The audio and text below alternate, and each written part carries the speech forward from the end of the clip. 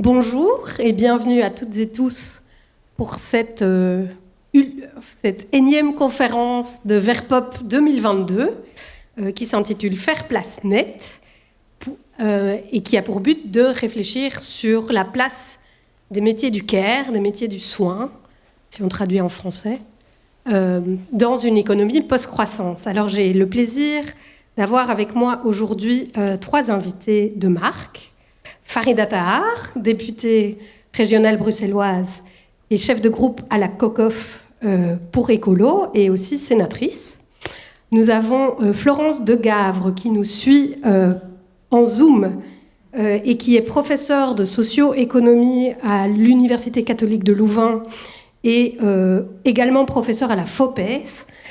Et enfin, nous avons Gaëlle Demey, à ma droite, qui est responsable des femmes à la CSC, c'est ça, et qui est également chef de service de l'équipe animation.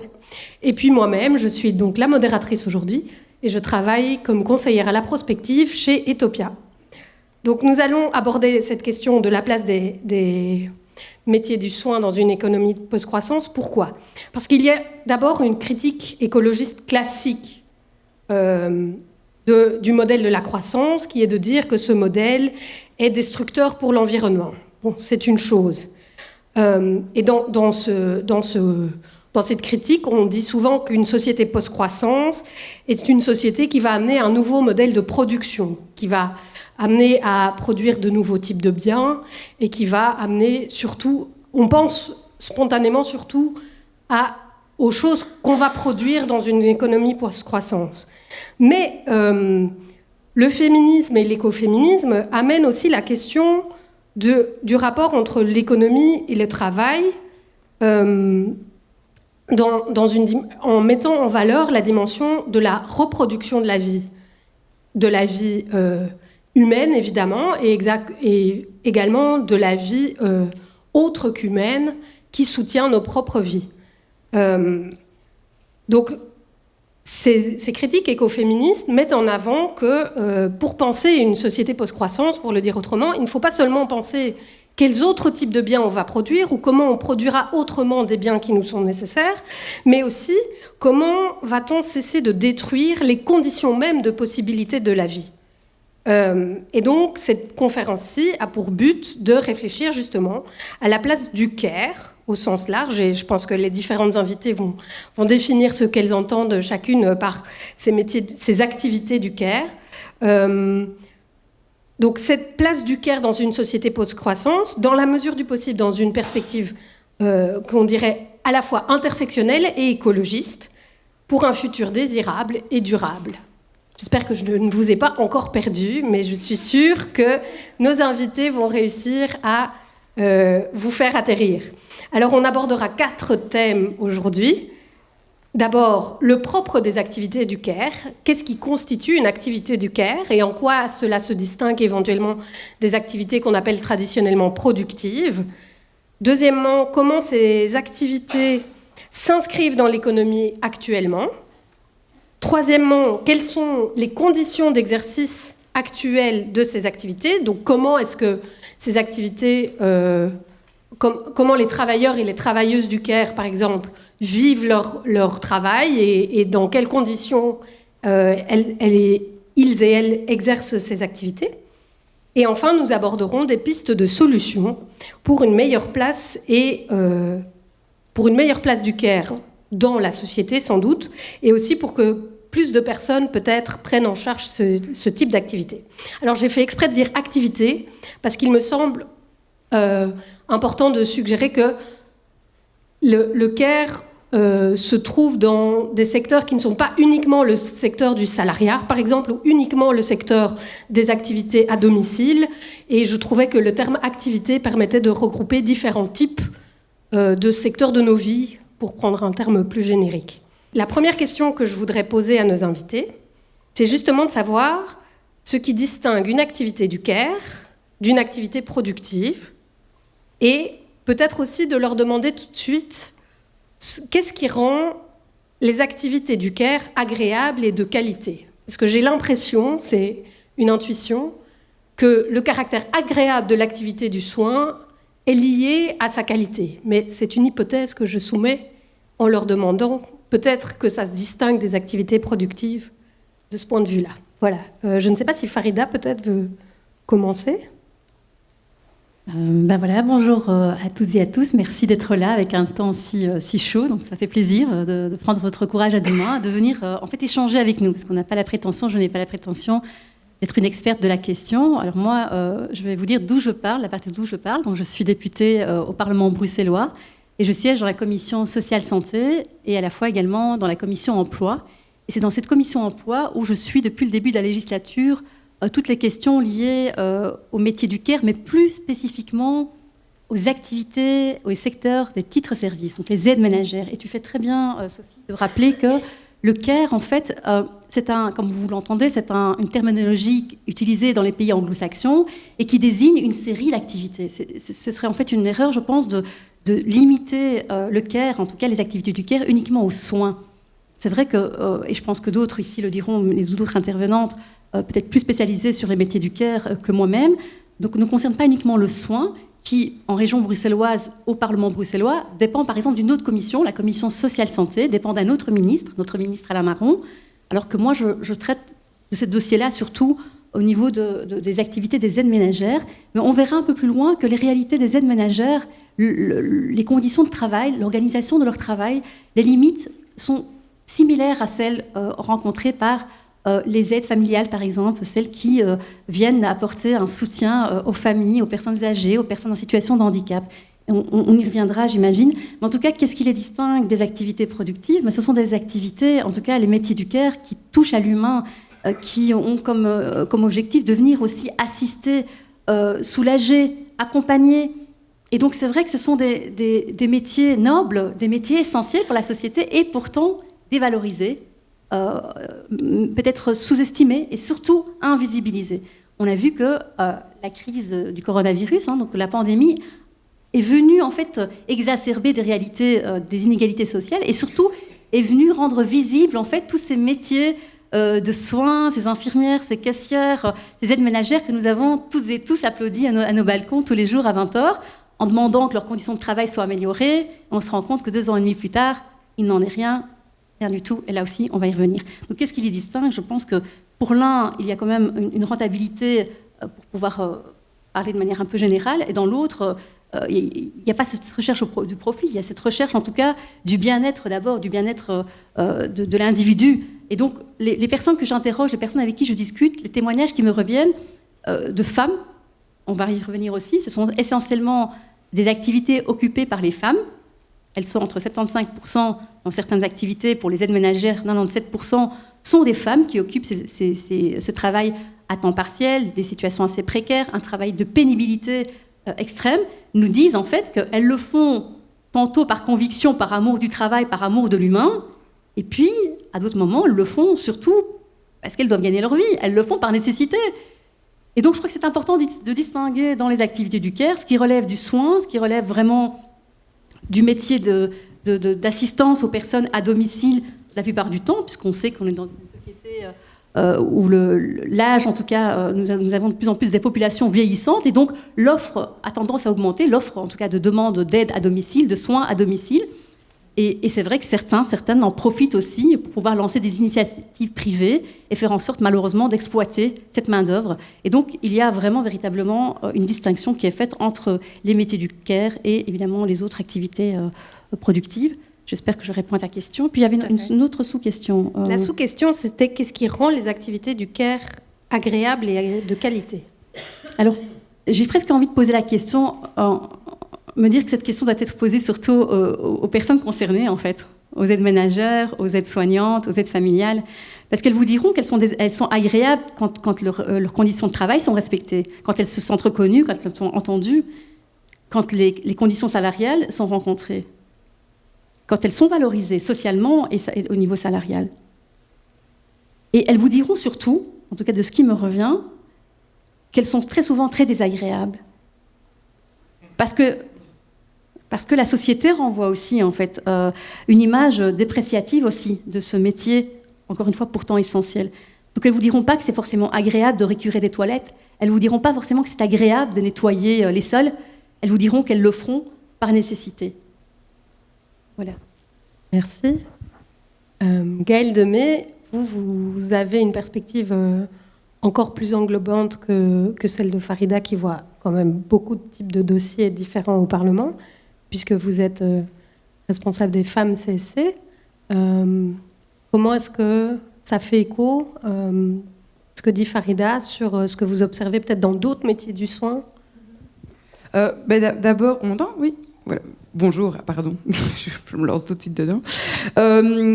D'abord, dans la question, je pense que quand on dit qu'est-ce qui distingue les activités du care des activités productives, je pense que ce sont des activités très très productives. En fait, les activités du care, elles ne sont pas marchandes, mais elles sont productives. Donc elles se distinguent peut-être plutôt des activités professionnelles de profit qui engendrent du profit marchand ou du profit capitaliste, selon ce qu'on a envie de prendre comme terme. Mais productives, elles sont... Voilà, je pense que toutes les travailleuses diront qu'elles sont très très productives et que leur boulot est hyper essentiel. D'ailleurs, quand elles s'arrêtent, c'est la cata. Donc c'est bien qu'elles sont très productives. Donc ça, c'est la première chose qui les distingue. C'est peut-être qu'elles ne sont pas justement marchandes dans le sens où mesurées par le PIB, mesurées par ces indicateurs-là, et qu'il faudrait justement toute une série d'autres indicateurs pour pouvoir voir dans quelle mesure ces activités sont bien faites, sont nécessaires, engendrent un meilleur en fait, bien-être et mieux-être pour les personnes. Ce qui les distingue, c'est que ce sont, comme tu l'as très bien dit, Farida, ce sont des humains et surtout des humaines qui soignent et qui prennent soin d'autres humains. Donc on n'est pas avec de la marchandise, on n'est pas avec des sacs de ciment qui peuvent tomber et c'est un peu embêtant, mais c'est pas trop grave. On est avec des enfants, des personnes âgées, des personnes qui sont porteuses de handicap, etc. Ou des personnes juste qui sont dans notre entourage et dont on prend soin. Et donc ça, du coup, ça rend la matière beaucoup moins mesurable. On pourrait le faire, et je pense sans doute Florence va aussi donner certaines indications et certains indicateurs par rapport à ça.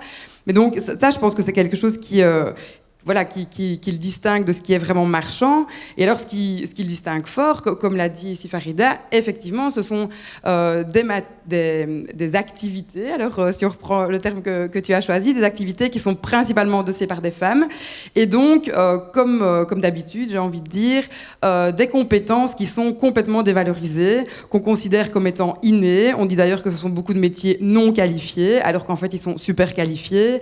Et d'ailleurs, le combat syndical, depuis des années, c'est de montrer qu'effectivement, il faut de la qualification, donc il faut plus de formation, il faut non pas nécessairement des accès à la profession, mais à un moment donné, une reconnaissance des compétences qui sont acquises, parce que une personne qui prend soin des enfants dans une école, son premier jour est le 30 juin, maintenant le 8 juillet ou le 7 juillet, je ne sais plus, elle aura acquis énormément de compétences, et donc voilà. Et alors aussi, le care, c'est énorme en fait, comme ça demande vraiment à être précisé presque au cas par cas, parce que oui, c'est des secteurs du soin hospitalier qui ne sont absolument pas les mêmes réalités que le soin à domicile, qui ne sont absolument pas les mêmes réalités que justement les accueillantes extrascolaires à l'école, même que les enseignants qui font un métier aussi de soin, et on espère bien, qui soignent quand même un peu nos enfants, on espère, et même infirmières, je veux dire, si on a une infirmière ou aide-soignante en psychiatrie, en maternité ou je sais pas moi, ou en salle d'op, ça n'a rien à voir comme type de soins qui sont donnés. Donc ça recouvre vraiment des réalités très différentes, mais le lien, je pense que quand même, c'est des compétences dévalorisées de manière générale, donc sous-payées, et ici avec des conditions, on va revenir aux conditions après, aux conditions de travail, mais qui effectivement sont assez compliquées, assez pénibles. Et alors je pense aussi que elles créent de la richesse en fait. On pense que donc elles ne sont pas productives, mais oui, elles créent de la richesse via les salaires des personnes qui travaillent dans ces secteurs-là. Ce sont des salaires qui sont réinvestis directement dans l'économie, donc c'est de la richesse. Via les valeurs aussi qui sont véhiculées dans tous ces secteurs qui touchent au care, c'est prendre soin d'autres êtres humains, rien que ça. C'est travailler en termes de cohésion sociale, parce qu'on sait que si on prend juste soin avec des gestes techniques d'une personne, en fait c'est de la violence. qu'on inflige aux personnes. Si on va prendre une prise de sang et qu'on ne dit pas bonjour, comment allez-vous, et qu'on ne prend pas un minimum de vrais soins de la personne, cette prise de sang, non seulement risque très fortement d'être complètement foirée, mais en plus elle va être vécue comme très très violente, et tout à fait à raison. Et donc voilà, c'est un vrai facteur de cohésion sociale, et alors, mais j'y reviendrai dans les questions après, un vrai facteur aussi de démocratie, c'est-à-dire que l'accès du coup à des soins et à des soins de qualité doit pouvoir être là pour tout le monde, quel que soit son niveau de revenu. Et donc, du coup, pour nous, en tout cas, comme organisation syndicale, ce sont des secteurs qui doivent rester majoritairement des secteurs dans le giron du secteur public et collectif, et des soins collectifs, oui, ou du non marchand, comme c'est organisé en Belgique. Ça nous convient aussi, évidemment. Mais la logique privée, c'est une catastrophe dans ces secteurs-là. On a vu le scandale Orpea en France, qui a été limité en Belgique parce qu'on a des organisations syndicales qui sont sur le terrain et qui relaient. Et en France, c'est pas exactement, ils sont pas structurés syndicalement de la même manière. Et donc ça a été un facteur qui notamment a fait qu'on est arrivé à des extrêmes, quoi.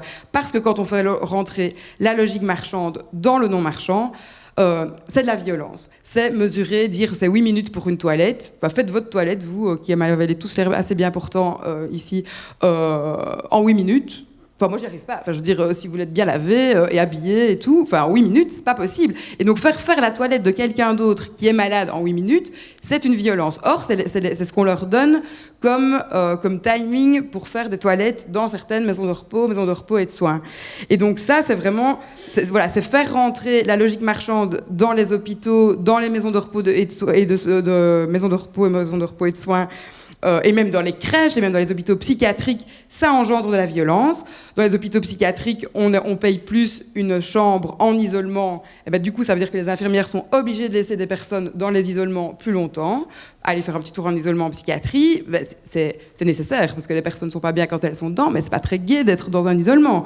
Et donc, il y a toute une série de logiques marchandes qui sont rentrées, ça fait des années, des dizaines d'années que c'est rentré de manière pernicieuse. Et là, on voit la catastrophe qui se passe dans ces lieux-là. Et donc ça, c'est vraiment... on voit qu'il y a des différences de logique qui doivent rester en place. Le non-marchand, le soin, le care ne peut pas être mis simplement en bourse, en fait, en tout cas dans une logique marchande. Je dirais encore juste une chose, c'est important aussi, dans tout ce qui est les fonctions qu'on considère comme un petit peu périphérique au core business, je crois, un bon petit terme bien marchand, au core business de l'entreprise. Donc si par exemple on a un hôpital, ou même maintenant, ou même les écoles, etc., on externalise énormément. Donc le personnel de nettoyage, le personnel de catering. Or ce personnel-là fait aussi du soin, en fait. Quand ils étaient avant dans le personnel de l'hôpital, c'était les vrais collègues du personnel soignant.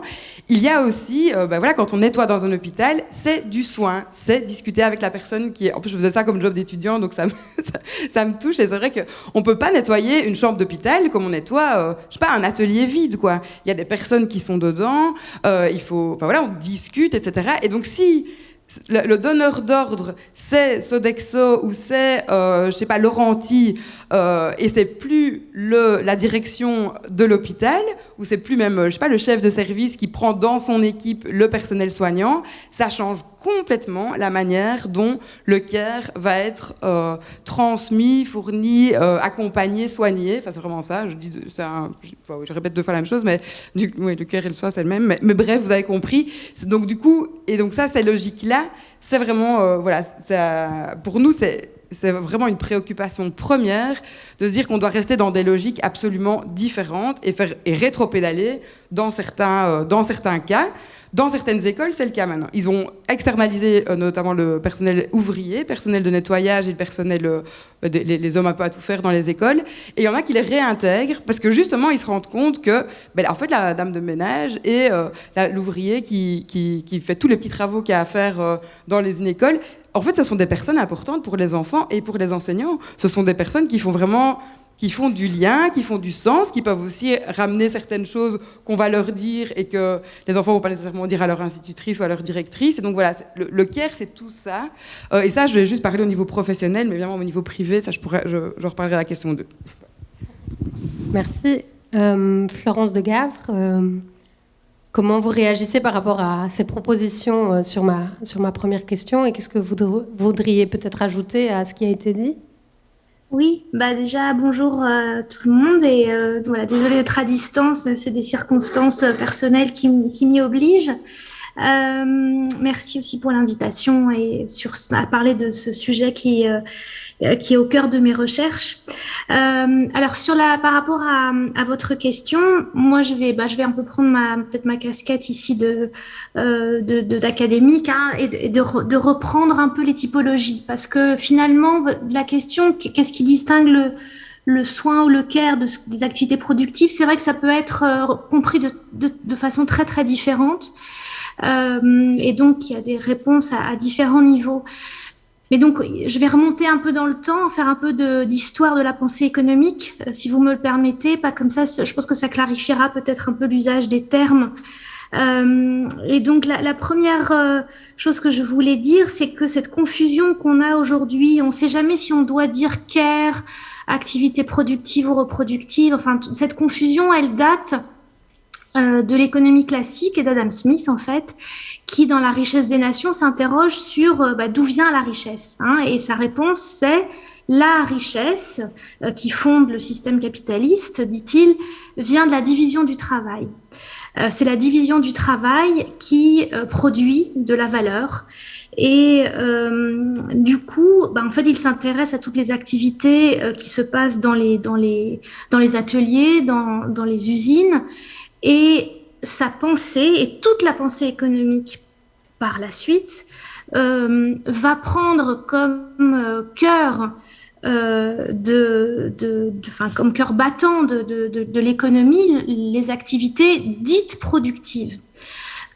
Smith appelle tout le reste des activités, carrément, il l'appelle improductives. Donc, si vous voulez, est exclu comme ça du champ de vision de l'économie classique puis néoclassique tout un pan des activités qui ne sont pas censées produire de la valeur. Et donc, elles ne sont pas intéressantes au sens de l'économie. Et dans ces activités qui ne sont pas intéressantes, eh bien, c'est ce que nous appelons aujourd'hui, en partie, le travail reproductif ou le travail de care. Donc, ça ne veut pas dire que ça n'existait pas. Ça veut dire qu'au sens de l'économie et de la science économique naissante, ça ne produisait pas de valeur, donc ce n'était pas digne d'intérêt. D'où une sous-théorisation de ce travail, de cette activité-là aussi pendant très très longtemps. C'est vraiment les féministes, les chercheuses féministes dans les années 60, aussi certains chercheurs, certains théoriciens de l'état social, mais qui se sont intéressés pour la première fois à ce travail-là, à ces activités-là. Donc c'est fort fort tard. Et puis Marx. Alors lui, non, c'est pas tout à fait vrai, parce que Marx, lui, il reprend un peu cette idée de travail, alors reproductif, mais lui, il le conceptualise dans un rapport de subordination par rapport au travail qui est effectué dans le système capitaliste. Pour lui, la reproduction qu'il appelle la reproduction sociale, ça renvoie à tout ce qui est nécessaire à la reproduction de la force de travail. Donc ça ne l'intéresse ou ça n'intéresse l'économie que dans la mesure où ça permet de reproduire la force de travail qui est nécessaire dans l'économie. Et donc l'idée de reproduction sociale, elle est pensée dans un rapport vraiment de subordination au système productif. Et dans la reproduction sociale, elle n'a pas d'intérêt propre ou de prérogative, elle est vraiment indispensable à l'accumulation capitaliste. Et donc, quand je disais les féministes qui s'intéressent à la reproduction sociale et plus tard à ce qu'on va appeler le care, elles s'appuient entre autres sur ces analyses marxistes, sur des analyses marxistes.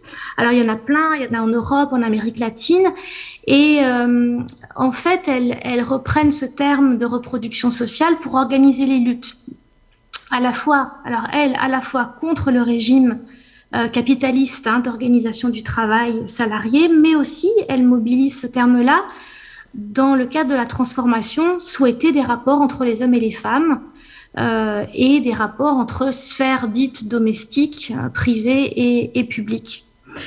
Et donc, ce terme de reproduction sociale, de travail reproductif, il est vraiment nourri par les travaux des chercheuses qui s'insèrent dans le mouvement féministe s'est inspiré des travaux à la fois marxistes, mais aussi de réflexions tout à fait indépendantes du mouvement féministe, basées vraiment sur des luttes. Donc il y a une grande diversité d'apports qui fondent en fait le terme de reproduction sociale. Alors il y a d'autres termes, on emploie parfois aussi reproduction de la vie, on le voit beaucoup, ou bien reproduction de la vie humaine, mais même reproduction du vivant quand on intègre le caractère environnemental ou dans les analyses. Et une des choses qu'on admet à l'heure actuelle, c'est que ce travail reproductif ou la reproduction sociale, elle est fondamentalement genrée, racisée, classisée. Alors, ça, c'est pour la question du terme reproduction sociale. Maintenant, et historiquement, de ce qui le distingue du productif. Maintenant, on a le terme de care, qui, lui, a une autre histoire, qui vient vraiment du monde anglo-saxon et qui était très, très fort lié aux analyses du travail domestique, d'une part, et à la critique du travail domestique qui était effectué par les féministes, mais aussi à tout ce qui était éthique, tout ce qui était l'éthique du care, comme une éthique à part entière, distincte des éthiques de la justice traditionnelle, et qui était fondée justement sur l'expérience du soin, donc tout à fait autre chose.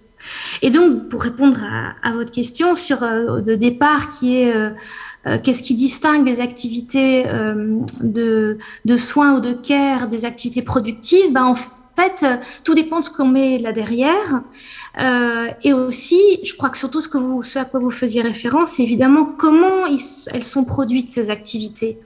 Et là, je pense que on peut très bien avoir un care tout à fait productif, même hyper productif et hyper pressurisé et hyper capitaliste, comme un care tout à fait ancré dans les valeurs de la reproduction sociale. Tout dépend évidemment de ce qu'on met derrière en termes plus de définition théorique. Merci pour ces clarifications. Voilà, je voulais aussi juste la deuxième question, je m'excuse, si je peux préciser. Oui, bien sûr. Vous demandiez qu'est-ce qui rend une activité agréable, une activité de care agréable ou pas agréable.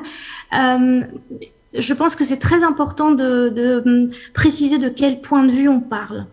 Et là, pour moi, il y a une potentielle tension qui est trop peu, je trouve, mise en discussion. C'est que un bon care n'est pas le même quand on parle de la travailleuse, de la personne qui le commande et de la personne qui le reçoit. Fondamentalement, il y a 3 points de vue qui peuvent vraiment rentrer en tension. Et je pense que c'est un chantier qu'il faut ouvrir. C'est-à-dire que l'intérêt des personnes n'est pas toujours le même. Et donc un bon care et un care agréable dépend vraiment de qui le définit. Et dans la littérature féministe, c'est vrai qu'on prend souvent le point de vue des travailleuses et que leurs conditions de travail sont très très souvent indignes, que ce soit dans le care dit formel ou informel, mais le point de vue des usagers et des usagères mérite aussi d'être problématisé, de même que celui des personnes qui commandent le care, souvent pour des personnes qui ne sont plus en mesure de le faire elles-mêmes. Et ça, c'est peut-être aussi un chantier, une réflexion à mener, ou en tout cas à mener ensemble.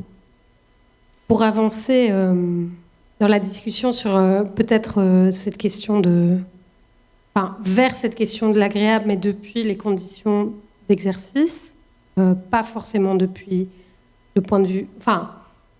on va voir justement comment s'articule, ça peut peut-être être quelque chose qu'on ait en tête pendant la discussion, comment s'articule la commande, la réception et l'exercice du soin, ou du care. Mais du coup, ma deuxième question, c'était de vous demander si on fait un peu un état des lieux actuel, donc pas ce qu'on souhaite, mais ce qui existe. Actuellement, est-ce que ces activités se retrouvent toutes dans la même, entre guillemets, catégorie économique et à quelle sphère de nos vies est-ce qu'elles appartiennent ? C'est-à-dire, Quand je dis sphère, je veux dire, est-ce que c'est tout du public ou est-ce qu'il y a du public et de l'associatif, du privé? Enfin, quelles sont les sphères auxquelles le soin appartient? Est-ce que c'est marchand? Gaëlle, vous parliez du marchand et du non-marchand, et on voit que les logiques se croisent, parce que l'exemple d'Orpea, c'est Orpea. Hein. L'exemple d'Orpea, c'est un exemple d'institutions de soins qui se retrouvent dans une logique marchande alors qu'elles appartenaient au départ à du non-marchand. Est-ce que toutes les activités qu'on catégorise dans le care sont rémunérées ou pas, et comment est-ce que ces différentes manières de catégoriser les activités humaines s'entrecroisent dans cette notion de care? Je ne sais pas qui a envie de réagir en premier à cette question-là. Peut-être Gaëlle? Pas de souci. Mais donc la question est large. Hein. Je vais essayer de remettre juste 3 secondes. Mais donc, en tout cas, ce qui est assez, je pense qu'il faut distinguer, c'est le care dont on va parler au niveau vraiment privé, c'est-à-dire comme le disait ici Florence de Gavre, le soin qu'on donne aux personnes de son entourage proche, donc de sa famille, le soin qu'on va donner à ses enfants, etc., qui font aussi partie du care. En tout cas, c'est ce qu'on dit, c'est les tâches domestiques et familiales qui sont encore reprises ultra majoritairement par les femmes, tout l'enjeu, la répartition de ces tâches au sein des couples pour permettre une autonomie économique et financière des femmes, etc. etc. Donc il y a ce care-là qui a explosé pendant le Covid, dont on a aussi beaucoup parlé à ce moment-là, parce qu'on se retrouvait, on s'est tous retrouvés à la maison comme tout le monde le sait. Et donc ça, c'est du care qui a priori est du care gratuit, en tout cas qui est là, qui devrait l'être, ou en tout cas qui, pour le moment, est gratuit et de manière très, très, très majoritaire. Il y a un statut d'aidant proche qui balbutie, etc. Mais c'est vraiment des balbutiements et ça ne permet pas d'avoir une autonomie économique et financière, en tout cas comme aidant proche, pas du tout. Et alors, au niveau public, ou au niveau non marchand, je vais reprendre, mais je veux dire organisé, ou en tout cas subsidié par le public, il y a des soins qui sont professionnels et qui ne peuvent pas être, comme je le disais tout à l'heure, que des soins techniques. Donc c'est vraiment important, parce qu'il y a un peu, en tout cas dans ce que mes collègues vraiment qui sont dans les secteurs non marchands me disaient, il y a pour le moment, y compris dans beaucoup d'hôpitaux ou de secteurs vraiment du soin, une espèce de différenciation entre les gestes techniques qui sont faits par les professionnels et les gestes humains, ou en tout cas le côté humain, prendre le temps de donner le repas à quelqu'un, doit être fait, en tout cas si on veut que ce soit bien fait et que la personne mange, par la famille, on attend l'entourage. Et donc ça en fait c'est ultra injuste. Et donc, pour nous, c'est hyper important de maximiser la prise en charge du care, de manière générale, y compris du care privé, par le public, par les services publics et collectifs. Pourquoi ? Parce que ça réduit les inégalités et que les gens qui voudront s'occuper de leurs proches, parce qu'ils les aiment et que c'est très bien, je veux dire, voilà, on ne va jamais empêcher quelqu'un de s'occuper de son proche, ils seront toujours là. Je veux dire, ils iront, ils rendront visite, etc. Peut-être bien qu'ils ne s'épuiseront pas, peut-être qu'ils conserveront leur autonomie économique et financière à eux et surtout donc à elles, qui ne prendront pas des réductions de temps de travail pour pouvoir s'occuper d'un enfant malade ou parce qu'on n'en sort plus quand on a plusieurs enfants, etc. Mais maximiser le fait de faire rentrer ce care dans l'espace public et donc d'avoir des services collectifs de qualité, accessibles au niveau de la mobilité et accessibles au niveau financier, ça permet vraiment de réduire les inégalités. Parce que pour le moment, de plus en plus, on compte sur la solidarité intrafamiliale ou intra-réseau, enfin, c'est pas besoin d'être du même sang, mais je veux dire du réseau, et ça, c'est ultra injuste. Et donc, à côté de ça, il y a des personnes qui n'ont pas de réseau ou quasiment pas de réseau, qui ne peuvent pas compter sur ce réseau-là et qui se retrouvent du coup avec des mauvais soins ou en tout cas en n'étant pas suffisamment pris en charge. Et donc ça, en tout cas, c'est vraiment une revendication aussi des travailleuses du secteur, c'est de dire, mais nous, on veut continuer à faire du soin, on ne veut pas devenir des techniciennes, d'ailleurs techniciennes de surface, voilà, le terme est dedans aussi, mais on ne veut pas être des techniciennes de la santé. Enfin, on veut bien l'être en partie, on doit être reconnu pour ça, parce qu'effectivement, il y a de la technique, il y a des compétences, comme je le disais, mais leur revendication à tout moment, c'est de garder ce lien, ce côté humain qui fait partie directement de du soin, en fait, de la qualité du soin. Donc voilà, qu'est-ce que je voulais dire d'autre ? Oui, après, sur les reconnaissances, enfin, sur la manière. Donc, évidemment, pour nous, elle doit être. La division, elle doit être. Enfin, on doit maximiser, comme je disais, mettre un maximum du côté public, du côté non marchand, et maximiser le côté, en tout cas, rémunéré de tout ce qui est professionnel, en augmentant bien plus, évidemment, le nombre de professionnels. Et dans les cas où c'est pas possible, dans les cas où ce sont des réels choix, pourquoi pas réfléchir à cette question des dents proches, mais on sait que c'est pas, en tout cas, la porte directe vers une autonomie économique et financière pour ces personnes-là, et qu'au contraire, ça entraîne une plus grande précarité, en particulier des femmes. Voilà, j'ai encore plein de trucs à dire, mais voilà, je veux déjà dire ça, c'est bien. Ah oui, donc peut-être juste par rapport à ce qui était dit avant, par rapport aux différents angles d'approche, et notamment dans les négociations, vu qu'il y a quand même des personnalités politiques dans la salle aussi, très souvent, quand on dit on veut des interlocuteurs qui nous parlent du care, ou qui nous parlent des secteurs du care, ou qui représentent le non-marchand, on va trouver en fait les directeurs et directrices, enfin les patrons de ces secteurs-là, et très peu, ou trop peu, les organisations syndicales. Au début du Covid, ils ont dû, mes collègues, hurler, enfin c'est pas, et c'était physique, pour être entendus et pour que la réalité des travailleuses du secteur soit prise en compte et entendue. Or, justement, je suis assez d'accord avec le fait que le care va être vu différemment en fonction des différents angles d'approche, si on est aidant proche, même hors statut, mais je veux dire si on aide de la personne, si on est la personne elle-même, si on est le personnel soignant, ou si on est le responsable de la direction qui, lui, va aller négocier les accords, etc., et qui, lui, va implémenter les décisions. Et donc, je pense que voilà, évidemment, je prêche pour ma paroisse, mais c'est hyper important de faire jouer la concertation et d'écouter la parole des travailleurs et des travailleuses dès le départ quand des décisions sont prises sur le terrain, parce que c'est elles qui dégustent après, quoi. D'accord. Merci. Florence de Gavre, qu'est-ce que vous voulez... Enfin, comment souhaitez-vous compléter la parole réponse, de Gaëlle Demey? C'est déjà très, très, très intéressant. Mais donc, par rapport à la question que vous posiez sur le fait, est-ce que c'est vraiment un secteur, est-ce qu'il y a des activités, moi, il y a une chose qui m'est quand même vraiment apparue dans l'opinion publique, c'est que quand on a commencé à parler d'activités essentielles, soudain, les personnes commençaient à comprendre ce que c'était le care aussi, c'est-à-dire que c'est tout ce qui contribue à l'entretien du vivant.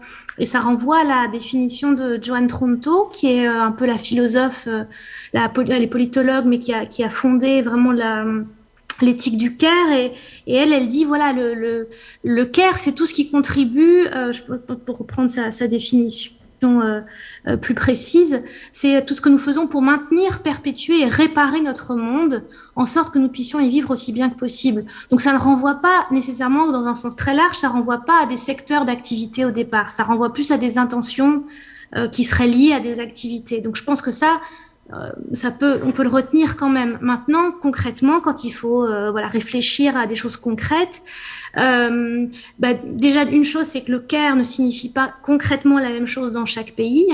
Ça dépend vraiment de comment se sont structurés les États sociaux. L'Italie n'est pas organisée du tout de la même manière en termes de care que la Finlande ou la Suède. Et donc, ça va renvoyer à des réalités, à des vécus très, très différents. Maintenant, il y a quand même des choses sur lesquelles on est d'accord. C'est les activités notamment de care en général, c'est quand même tout ce qui est lié au secteur du social et de la santé et de l'entretien, l'entretien des personnes, l'entretien des corps, l'entretien de tout ce qui permet à une personne de vivre une vie. D'ailleurs, il y a dans certains il y a un continuum entre le care et le cure, donc entre le care au sens du soin et du soin de la santé. Donc voilà, tout dépend un peu aussi de ce qu'on veut dire quand on emploie le terme de care.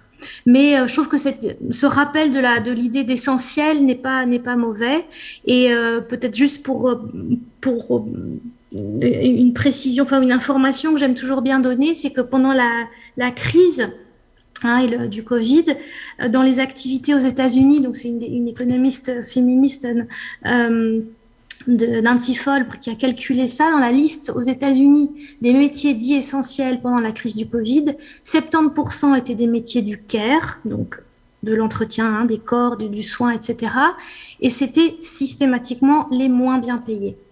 Donc sur toute la liste, c'était la majorité, mais c'était aussi ceux qui étaient dans le bas de l'échelle des rémunérations.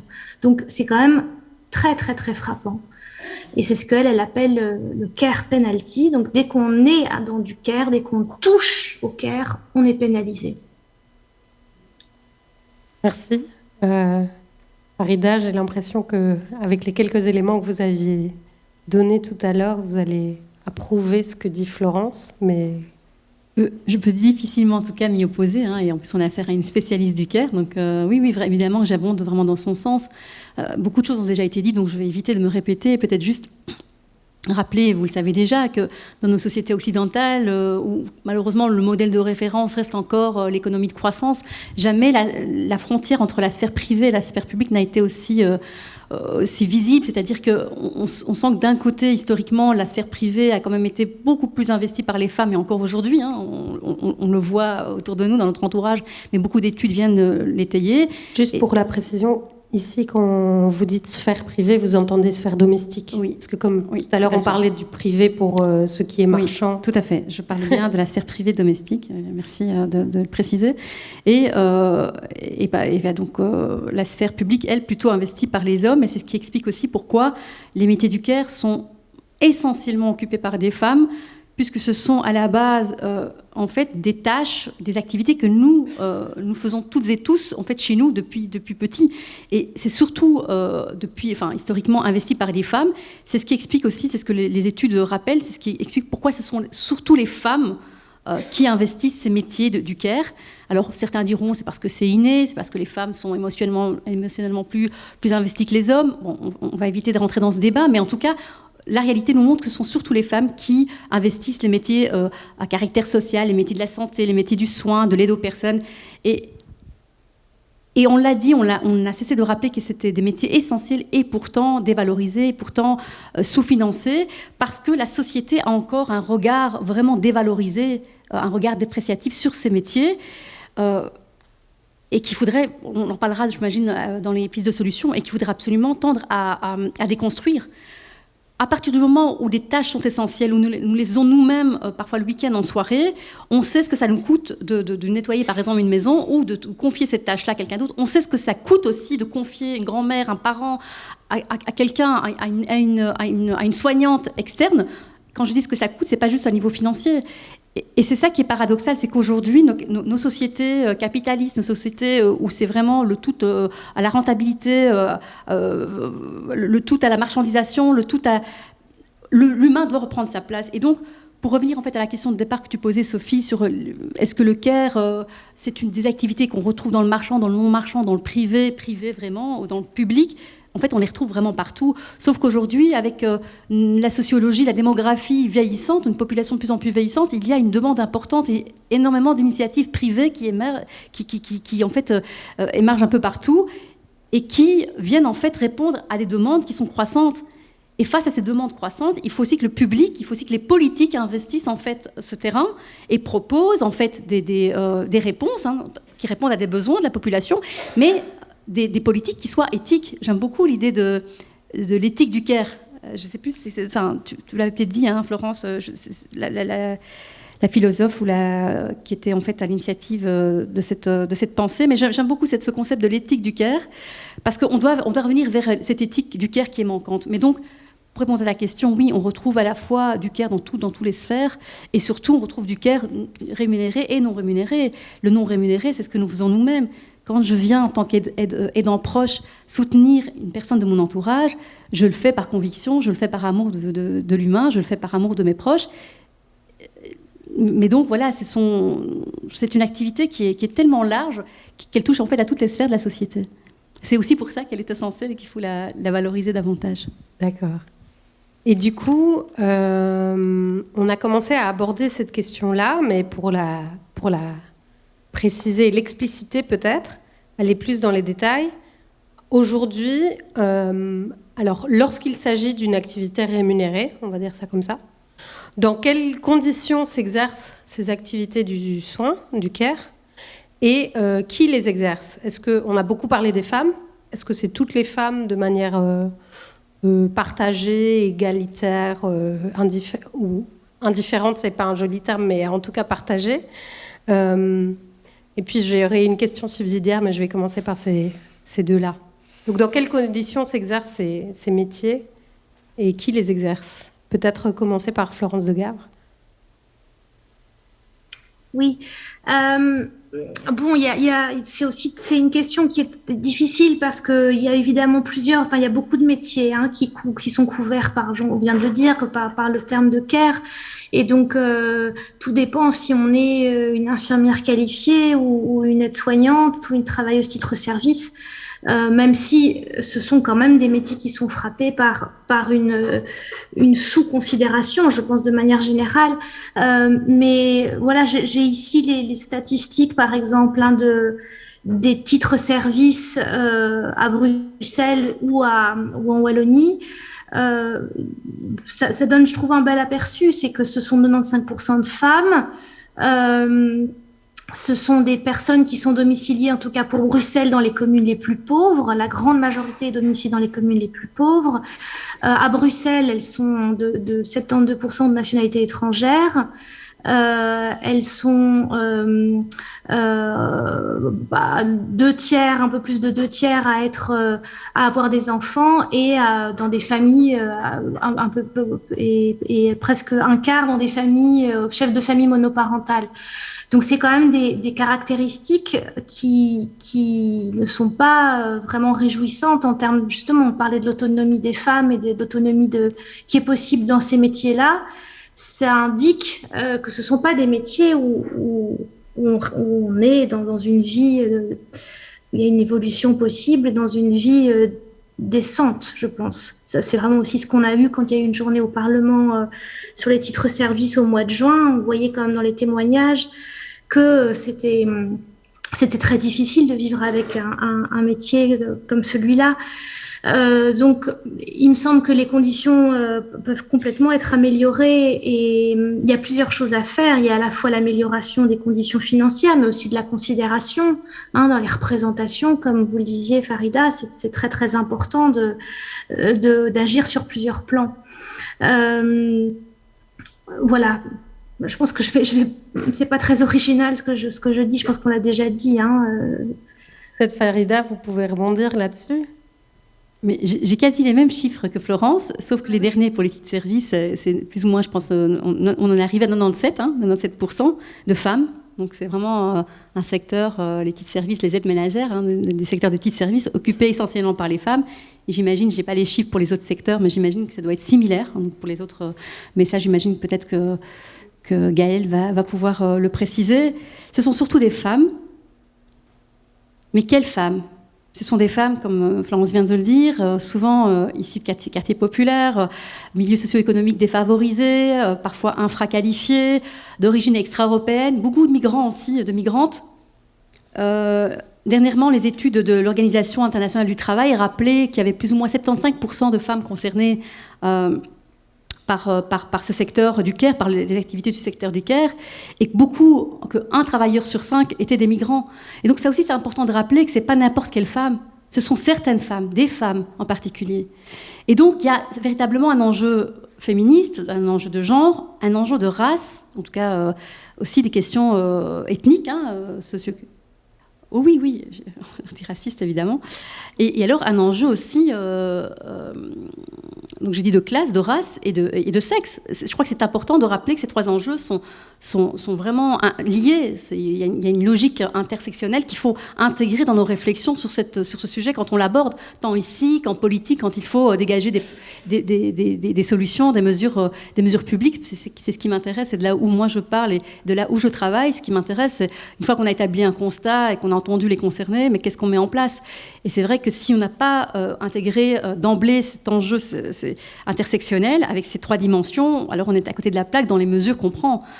Et donc oui, ça concerne surtout les femmes. Et dans ta deuxième question, je pense qu'il y avait qui est concerné et dans quelles conditions s'exerce mais les conditions sont, je l'avais dit dans mon introduction, les conditions sont vraiment pénibles, les conditions sont vraiment délétères, les conditions sont parfois même honteuses. Enfin, dans un pays démocratique, faire travailler des personnes dans des conditions où elles doivent parfois parcourir énormément de kilomètres entre clients, parce que je reviens encore avec la situation des aides ménagères. Imaginez-vous que sur une journée, vous avez 3, parfois 4 clients, vous devez vous déplacer, parfois avec votre propre voiture, parce que même quand vous voulez, par exemple, opter... Pardon ? Oui, la plupart du temps, malheureusement, c'est toujours avec la voiture parce qu'il est parfois même impossible de prendre des transports en commun, vous perdez trop de temps. Donc il y a une logique aussi marchande de tout au profit, à la rentabilité. Là, on peut parler alors de productivité et c'est des conditions pénibles et où en fait, ce qui est vraiment aussi paradoxal, ce sont des personnes qui prennent soin des autres au détriment de leur propre santé. C'est ça en fait vraiment...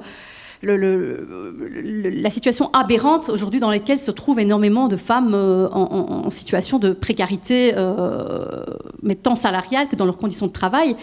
Alors, pour toujours rester sur la situation des aides ménagères, mais je ne vais pas être trop longue parce que je sais que tu veilles autant, Sophie, qu'il y a d'autres questions.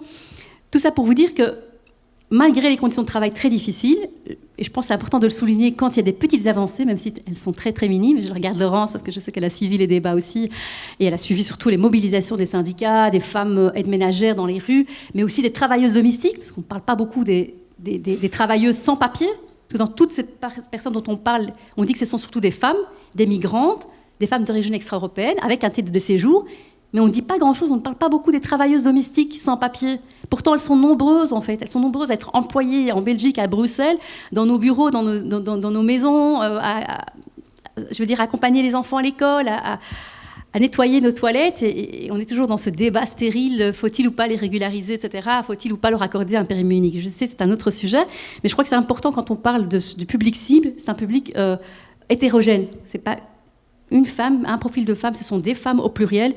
Mais parmi les femmes, il y a encore une catégorie de femmes peut-être plus précarisées. Et aussi, tout le paradoxe, c'est que nous, parfois aussi, quand on veut, il y a aussi une inégalité entre les femmes elles-mêmes. Parce qu'on parle beaucoup d'un secteur occupé par les femmes, donc très peu d'hommes investissent ces métiers-là. Mais les femmes elles-mêmes entretiennent parfois soit un rapport, de manière inconsciente, parfois un rapport de domination, une forme d'oppression. Alors, je jette la pierre à personne et je ne fais la morale à personne pour toutes les gens qui utilisent ou qui font appel à des aides ménagères. Je ne suis pas en train de critiquer cet usage, ce recours à ces aides qui sont utiles parfois pour des tâches que nous n'avons pas le temps de faire, tout simplement.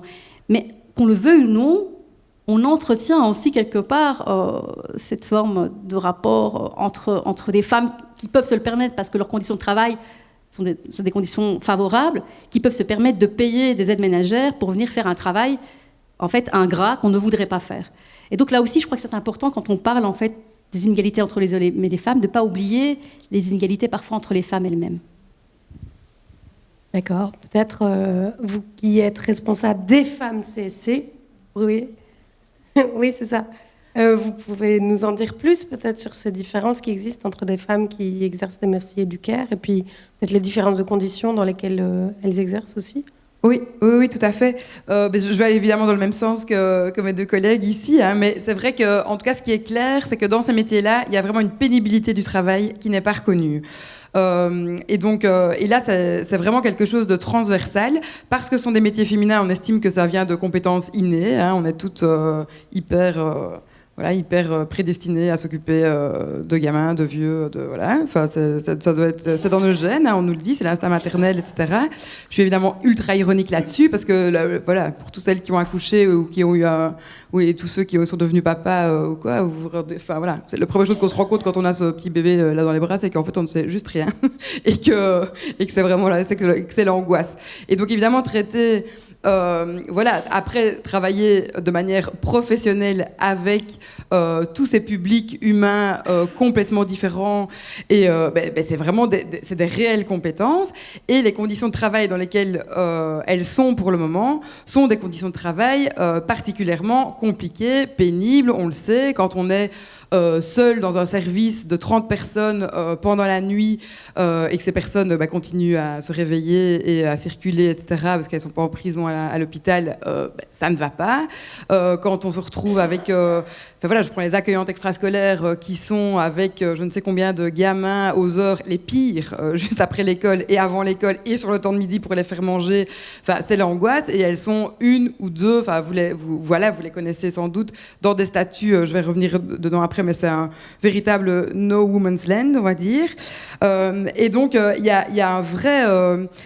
voilà, et alors après, avec le Covid et tout ce qu'il y a eu dans le secteur hospitalier et hors hospitalier, dans les aides familiales, etc., qui ont dégusté, mais correctement, il y a un vrai sentiment de dégoût actuellement, de la manière dont elles ont été traitées et non traitées, en fait, et abandonnées. En fait, elles se sont senties complètement abandonnées. Et donc, il y en a beaucoup qui abandonnent la profession. Donc nous, on a des délégués syndicales qui nous disent on a des démissions, et dont des personnes qui sont aides familiales, aides-soignantes, qui vont dans les titres-services pour avoir des horaires de jour, voilà, 8-4, qui sont aussi des métiers pas évidents, mais qui sont moins payés, qui sont prêtes à ça, tellement elles n'en peuvent plus, en fait, de devoir être violente avec les gens, d'avoir été abandonnée, d'avoir été seule, d'avoir vu des gens mourir, et d'avoir eu très très peu de gens, et y compris de débriefing et puis de pause après. En fait, il n'y a toujours pas de pause parce qu'on est encore dans la crainte du peut-être un peu cet été,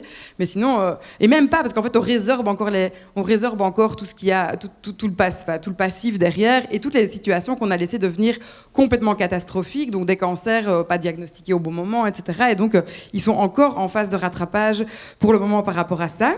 Donc là, il y a vraiment quand même une préoccupation, parce que c'est des métiers, des fonctions qui déjà avant la crise étaient en tension, où on avait du mal à recruter des gens, les écoles d'infirmières sont vides. À l'école d'infirmières de Verviers, en septembre ici, il y a 20 inscrits.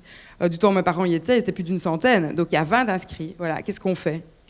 Enfin, je veux dire, à un moment donné, il y a un énorme problème, et je pense qu'on peut faire le tour de la Fédération Wallonie-Bruxelles, on ne va pas trouver beaucoup mieux ailleurs. Et donc, le problème est en cascade. Évidemment, on ne vend pas du rêve aux jeunes, et il n'y a aucun... Moi, je connais bien le milieu infirmier, parce que mes parents sont infirmiers. Il n'y a aucun infirmier qui vende son métier. Enfin, aucun. Et or, c'est la première pub. On peut faire toutes les campagnes, on met toutes les boîtes de com dessus. Si les infirmiers, quand vous allez leur parler, disent que c'est la rage, c'est la merde, ils sont tous divorcés, parce qu'en fait, tu t'y as pas... Enfin voilà, ça vend pas du rêve du tout, et crever, et que quand tu as fait la nuit pendant 20 ans, tu as ton cancer du sein qui arrive à 100% de chance, parce que tu travailles de nuit et que le travail de nuit est mauvais. Enfin, et je peux continuer vraiment encore toute une série de... tout un moment. Ça ne vend pas du rêve, et donc on est dans des fonctions en tension qui ne vont pas se résoudre à coup d'un coup de cuillère à peau, mais ça, on le savait déjà avant la crise. Et donc, je veux dire, ça a juste été plus médiatisé maintenant, mais il n'y a rien ou très peu qui ont été faits. Alors oui, maintenant, il y a des budgets qui ont été dégagés, mais ces budgets, c'est vraiment des sparadraps. C'était juste ce qu'il fallait pour que... Alors oui, c'est des gros budgets, hein, j'ai les chiffres que ma collègue m'a donnés, 260 millions en région Wallonne, 70 millions à Bruxelles, 75 millions en Fédération Wallonie-Bruxelles. Ça paraît beaucoup comme ça, mais par rapport à l'ampleur du gouffre et à tout ce qu'il faudrait, et aussi au temps que ça va prendre de remotiver une génération et de les faire tenir dans ces métiers-là, il y a vraiment une vraie urgence à soigner nos soignants, en fait, vraiment, vraiment, vraiment. Alors, dans le secteur du nettoyage, donc dans les titres-services, effectivement, 97%, vous me demandez les chiffres. Dans le secteur du nettoyage, en fait, là, étonnamment, on a 48% d'hommes et 52% de femmes. Les secteurs du nettoyage sont déjà mieux payés, hein, en général. Et puis, les hommes, vous allez les retrouver aux machines.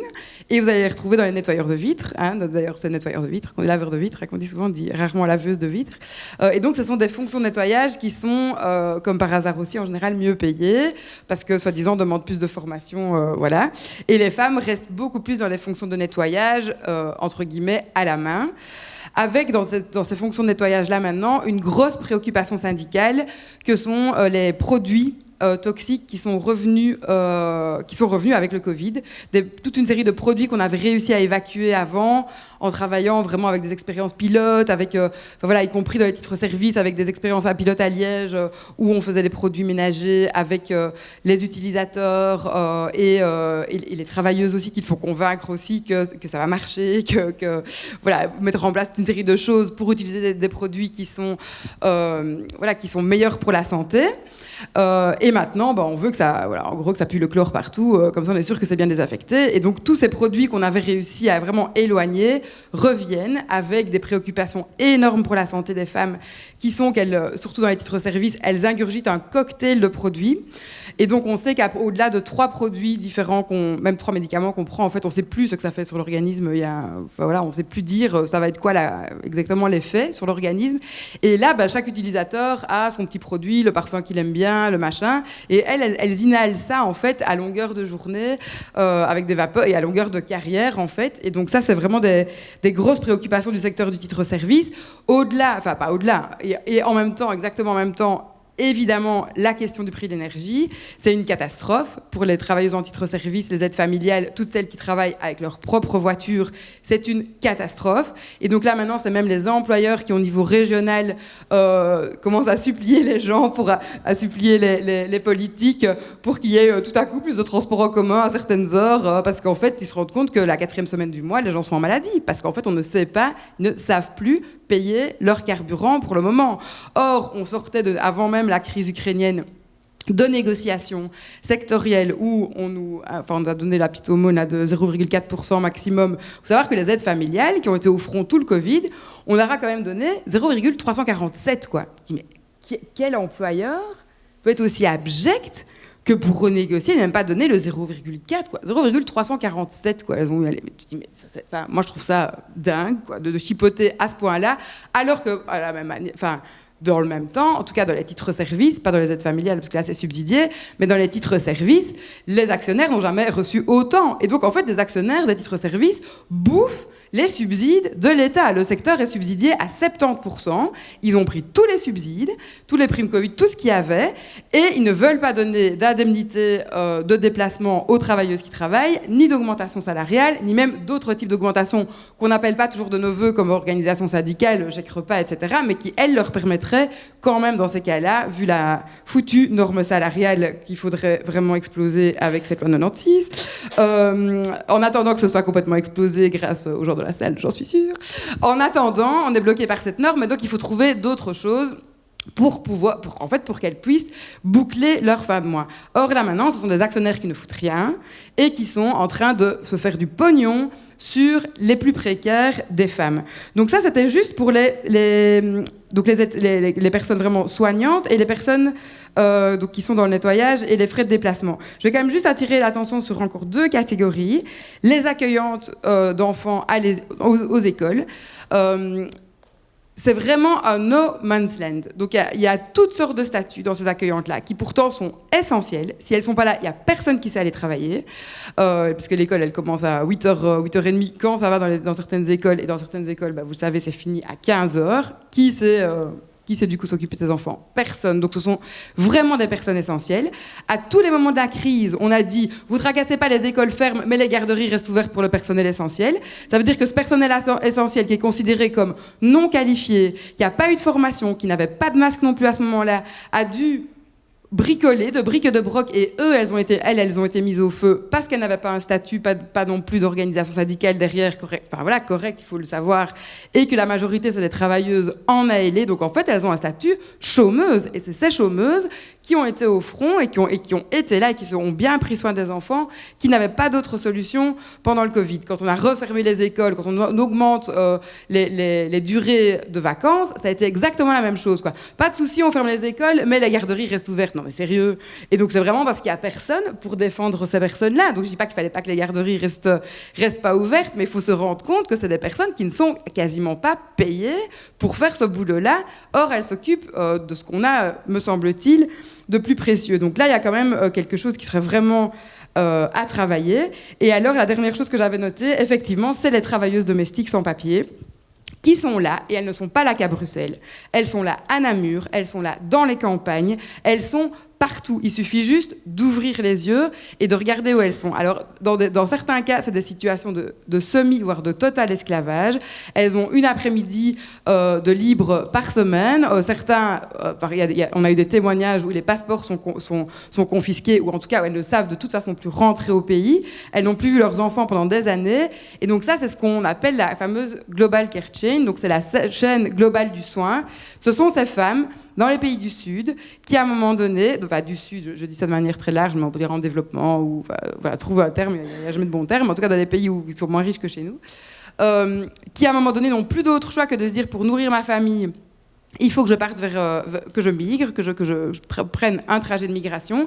Elles confient leurs propres enfants à d'autres femmes sur place pour venir ici prendre soin de nos enfants ou de nos vieux, ou de nos personnes handicapées ou de nos personnes malades, à la place d'autres femmes qui du coup peuvent, elles, aller travailler.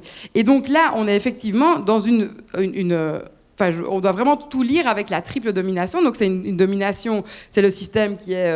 c'est une domination capitaliste, c'est une domination de classe, c'est une domination de sexe, effectivement.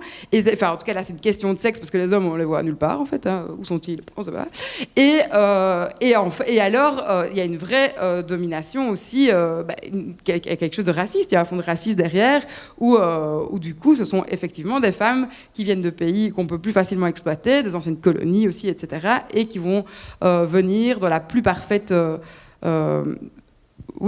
méconnaissance. Les gens ne connaissent même pas, ou ils se disent ah oui, mais c'est quand même super chouette, j'ai trouvé une nounou, elle apprend l'espagnol en même temps aux enfants, etc.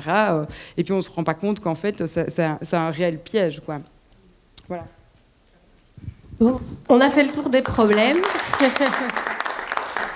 On a fait le tour des problèmes. Maintenant, avant de laisser la parole à la salle, on va essayer d'aborder peut-être des pistes, des jalons qui pourraient, des petites pierres à un édifice d'une société plus juste et plus durable, qui pourraient être mis.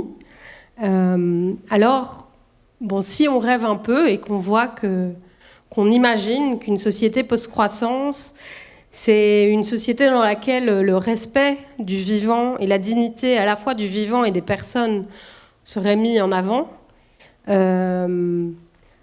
on peut imaginer que ça impliquerait qu'il y aurait plus de temps consacré aux soins, au care, à la fois du vivant de nouveau et des personnes. Alors quels seraient les changements nécessaires pour aller vers cette perspective-là ? Et donc, quels seraient les changements ? C'est à la fois, par exemple, qui doit, entre guillemets, fournir ces services ? Ou, pour reformuler la question, comment peut-on à la fois aller vers une société qui s'occupe plus de soins et qui soit plus égalitaire ? Peut-être commencer par Farida. Mais je pense que pour faire plus de place aux soins et rendre en fait à sa juste valeur l'importance de la nécessité d'accorder du soin de qualité à tous, c'est-à-dire avec une conception plutôt universelle, en fait, il n'y a pas de secret. Il faut aussi militer pour vraiment une réduction collective du temps de travail.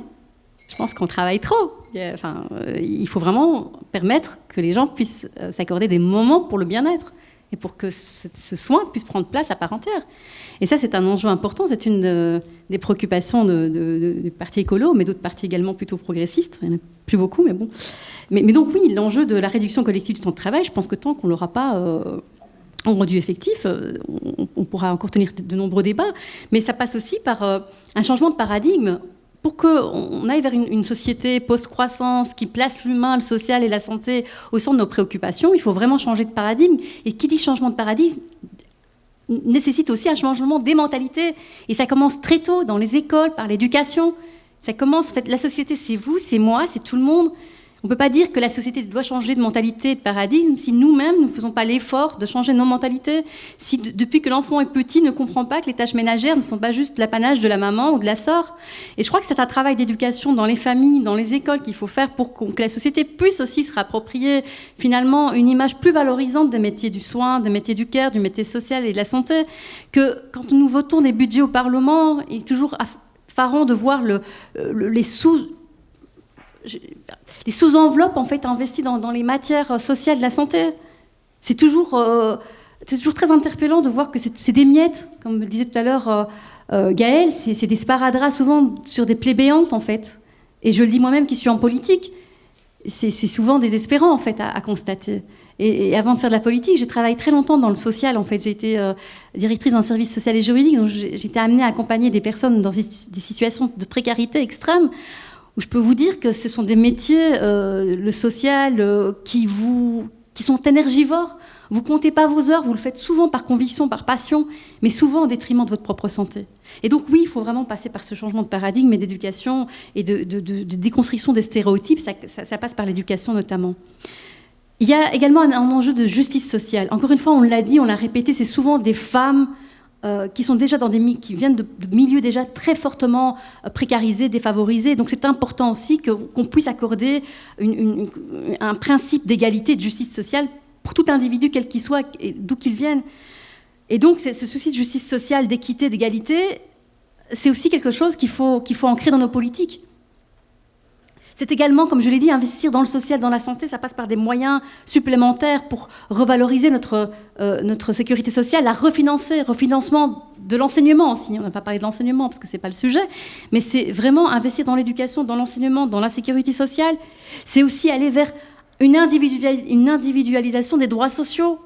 Il n'est pas normal aujourd'hui d'avoir encore un taux cohabitant en Belgique. Ce taux est tout sauf éthique, sauf juste. Il faut faire en sorte que ce taux de cohabitant soit supprimé une fois pour toutes et qu'on puisse viser une individualisation des droits sociaux et une automatisation des droits sociaux. Nous disposons suffisamment d'éléments, de données, de statistiques pour faire en sorte que nous ayons suffisamment de connaissances sur les publics qui ont besoin de tel ou tel type d'aide. Johan Tronto, ce philosophe qui disait à juste titre qu'il faut donner au care autant de valeur qu'à la production. Quand on aura compris que c'est aussi important, si pas plus important, que tous ces métiers productifs ou de production, on a bien défini ensemble ce qu'on voulait entendre par la production, eh bien, on aura donné la valeur au care, juste au care. Quand on aura aussi réformé cette loi de 96, tu en parlais Gaëlle, et il serait temps de la réformer, d'augmenter les salaires, d'arrêter de les bloquer, et de soutenir et d'entendre les premières concernées, dans un souci de solidarité entre les travailleurs. En fait, il ne faut surtout pas les opposer, parce qu'aujourd'hui, dans les réalités, on constate, à cause de la crise, à cause du pouvoir d'achat qui diminue, à cause de la crise énergétique, malheureusement, les populations directement sont concernées. En fait, on observe une forme de concurrence, si je peux utiliser le terme, mais c'est très difficile, en fait, d'arriver finalement à créer des solidarités entre des publics qui souffrent en fait à différents niveaux pour différentes raisons, mais c'est important aussi de travailler sur l'enjeu des solidarités des populations qui sont les plus touchées. Et puis pour terminer avec le secteur des titres-services, celui que sur lequel je travaille au Parlement, c'est un secteur qui est fortement éprouvé, comme le disait tout à l'heure Gaëlle, et j'abonde dans son sens. Ce sont des personnes qui travaillent, on l'a dit, dans une grande pénibilité. Alors, il y a eu dernièrement un accord social qui a été trouvé, donc en juin dernier. Patronat et syndicats sont parvenus à un accord pour des petites avancées. Donc, ce n'est pas encore les solutions attendues par le secteur, mais on peut parler d'une petite hausse de salaire, de frais de déplacement qui sont revus un petit peu à la hausse, des jours qu'on comptabilise pour pouvoir octroyer une prime de fin d'année. Ils étaient à 65 au départ, maintenant on tient compte de 30 jours. Donc ce sont des exemples concrets, mais ce n'est pas suffisant. Il faut absolument faire en sorte que ces métiers ne soient pas des métiers uniquement de moindre qualité. Il faut que ça permette des perspectives aussi en termes d'emploi durable, d'emploi de qualité. Parce que quand on a créé les titres-services au départ, c'était pour répondre à un travail au noir, pour en tout cas contrer le travail au noir, c'était aussi pour pouvoir donner des réponses à des personnes qui étaient très éloignées du marché de l'emploi et qui étaient infraqualifiées. Donc en soi, l'objectif de la mise en place de ce dispositif titre-service est noble à la base. Mais est-ce qu'aujourd'hui, si on doit évoluer ce dispositif, est-ce qu'il rencontre vraiment ces objectifs de qualité de proximité, de qualité d'emploi, de lutte contre le travail au noir? Aujourd'hui, à Bruxelles, je ne sais pas si vous le savez, il y a une réforme en cours. Le ministre de l'Emploi, Bernard Leclerc-Failly, veut augmenter le prix du titre-service, qui est actuellement de 9 €, il veut l'augmenter à 11 €. Alors bon, ça se discute, on peut peut-être comprendre qu'il faut maîtriser le coût budgétaire pour la région, qui est important. Mais cette augmentation de coût budgétaire ne peut pas se faire au détriment des conditions de travail des aides ménagères. Autrement dit, il faudrait parvenir à conditionner les subsides de l'État, puisqu'il faut savoir que l'État intervient à raison de 70% dans ces entreprises de titres-services. Et quand je parle d'entreprises, évidemment, elles sont très différentes. Il y a des grosses entreprises qui se font énormément de bénéfices et qui versent des dividendes aux actionnaires. Et puis, il y a les petites entreprises de titres-services qui, elles, galèrent. Franchement, elles galèrent parce qu'elles ont énormément de coûts. C'est des petites entreprises et qui ne tiennent pas beaucoup de soutien. Moi, je parle des grosses entreprises qui génèrent énormément de bénéfices et qui, aujourd'hui, ne sont pas du tout préoccupées. Et donc, Moi, je peux le dire sincèrement, là, pendant les vacances, il y a encore eu des réunions de gouvernement. On a pu, avec le groupe PS, qui est dans la majorité, et le groupe écolo, on a pu contrer une proposition de Claire Failly qui voulait nous précipiter à voter très vite, dans l'urgence, avant les vacances, tout le volet budgétaire pour vite augmenter ce prix du titre-service, au détriment de tout le volet qualitatif, de tout le volet qui concerne la qualité de l'emploi. Eh bien, nous, on a dit stop, non, c'est pas possible. Ce sera sans nous. Sans les écologistes et sans les socialistes. Eh bien, ça, c'est une des mesures aussi. C'est d'être sur le terrain, c'est d'être avec les aides ménagères, d'être avec les soignantes, d'être à leur côté, et pas uniquement dans les discours, dans les faits aussi. Et donc, on obtient des petites avancées par cette voie-là. Merci. Je vous remercie pour votre écoute et je voulais encore remercier évidemment les organisatrices et organisateurs de ce colloque. Parce que ce n'est pas encore fini, c'est parce qu'il y aura une séance de questions-réponses avec la salle. Donc on est là encore ensemble pour un petit moment. Je ne sais pas si Florence ou Gaëlle veut réagir en premier. Enfin, en deuxième du coup. Florence, peut-être ? D'accord, oui. Il y a déjà beaucoup qui a été dit, je pense. Je peux que évidemment être d'accord. Donc je vais peut-être juste dire encore quelques mots. Ce qui me vient à l'esprit dans les pistes de solutions, d'abord, c'est qu'évidemment il faut distinguer les niveaux d'action. Il y a le niveau du modèle de CARE en Belgique, et il y a déjà pas mal de pistes qui viennent d'être évoquées. Et puis, il y a ce qu'il y a derrière. C'est un petit peu le sens aussi de l'article que vous nous aviez proposé de lire, Sophie, et je pense que ça serait intéressant de le partager si des gens étaient intéressés, qui parle des communs et qui réfléchit à un autre modèle économique que privé ou public. C'est-à-dire, est-ce qu'il n'y a pas une voie à explorer qui défendrait l'idée que le CARE est un commun qu'il faut préserver et qu'il nécessite une façon de faire, une façon de s'organiser en société tout à fait adéquate. Mais là, on est évidemment dans le niveau du changement de paradigme. Mais en même temps, voilà, le titre de la conférence inclut l'idée de post-croissance. Et donc, il y a quand même quelque chose qui est frappant, c'est que je crois que nous allons avoir affaire à beaucoup plus de demandes et de besoins de CARE. Je veux dire que ça va exploser dans tous les sens, en termes de quantité, en termes de qualité, en termes de type de soins, donc on est face vraiment potentiellement à une croissance très très importante des besoins. Et en même temps avec une exigence, parce qu'on est dans une société, parce qu'on est dans des problèmes de soutenabilité, où il faut être parcimonieux en termes d'énergie humaine, mais aussi environnementale. Donc pour moi, il y a une équation à réfléchir, et c'est au cœur de cette équation-là qu'il faut réfléchir les solutions. Il faut penser en même temps le besoin de soins et comment y répondre, mais aussi comment économiser les énergies humaines et environnementales. Et donc, voilà, c'est un petit peu peut-être des choses, il y a à la fois des choses très très concrètes, mais toujours en les soumettant à ce critère de parcimonie des énergies. Je pense que ça, c'est très important. Et dans le secteur du CARE, on n'en est pas encore très très loin à réfléchir à la question environnementale, par exemple. Déjà, la soutenabilité du travail n'est vraiment pas ce qu'elle devrait être, mais la soutenabilité environnementale, elle est très très loin. On est très loin du compte. Il y a des hôpitaux qui commencent un petit peu à y réfléchir. Je suis pas certaine que les sociétés d'aide à domicile ont les moyens même de réfléchir à ce genre de questions, parce que ça implique des questions de mobilité, comme vous l'avez déjà signalé, des questions d'usage de matériel, des questions. Il y a plein de choses très très concrètes qui se posent. Donc, une société post-croissance, penser le CARE dans une société post-croissance, c'est à la fois nécessaire et en même temps, voyons les priorités. Qui doit vraiment décroître ? Je m'arrête là. Merci, Gaëlle, pour le mot de la fin de cette séance de discussion, avant de donner la parole à la salle. Merci. Donc, évidemment, je peux vous renvoyer au cahier de revendication de la CNO Marchand, qui est voilà, je ne vais pas tout répéter ici, mais qui est très, très, très complet sur toutes leurs idées, et des services publics aussi, d'ailleurs, par rapport à tout ce qu'il y a moyen de mettre en place. Je vais peut-être me pencher particulièrement sur 3 points. Donc, d'abord, comme je l'ai dit pendant je ne sais plus pour quelle question, mais vraiment, au plus il y a de biens et de services collectifs, alors qu'on les appelle communs ou qu'on les appelle services publics, voilà, en tout cas, au plus on fait du collectif et au plus on va soulager les inégalités, on va réduire les inégalités, et au plus on va voilà, remettre pour moi le care, l'humain au centre, aussi en voilà, soulageant tous les aidants proches qui craquent un petit peu les uns après les autres parce qu'il y a pression au travail et puis pression en dehors. On parle de la génération sandwich, à la génération où on a encore ses parents mais on s'occupe de ses petits-enfants en même temps ou de ses enfants encore en même temps. Enfin, il y a quand même...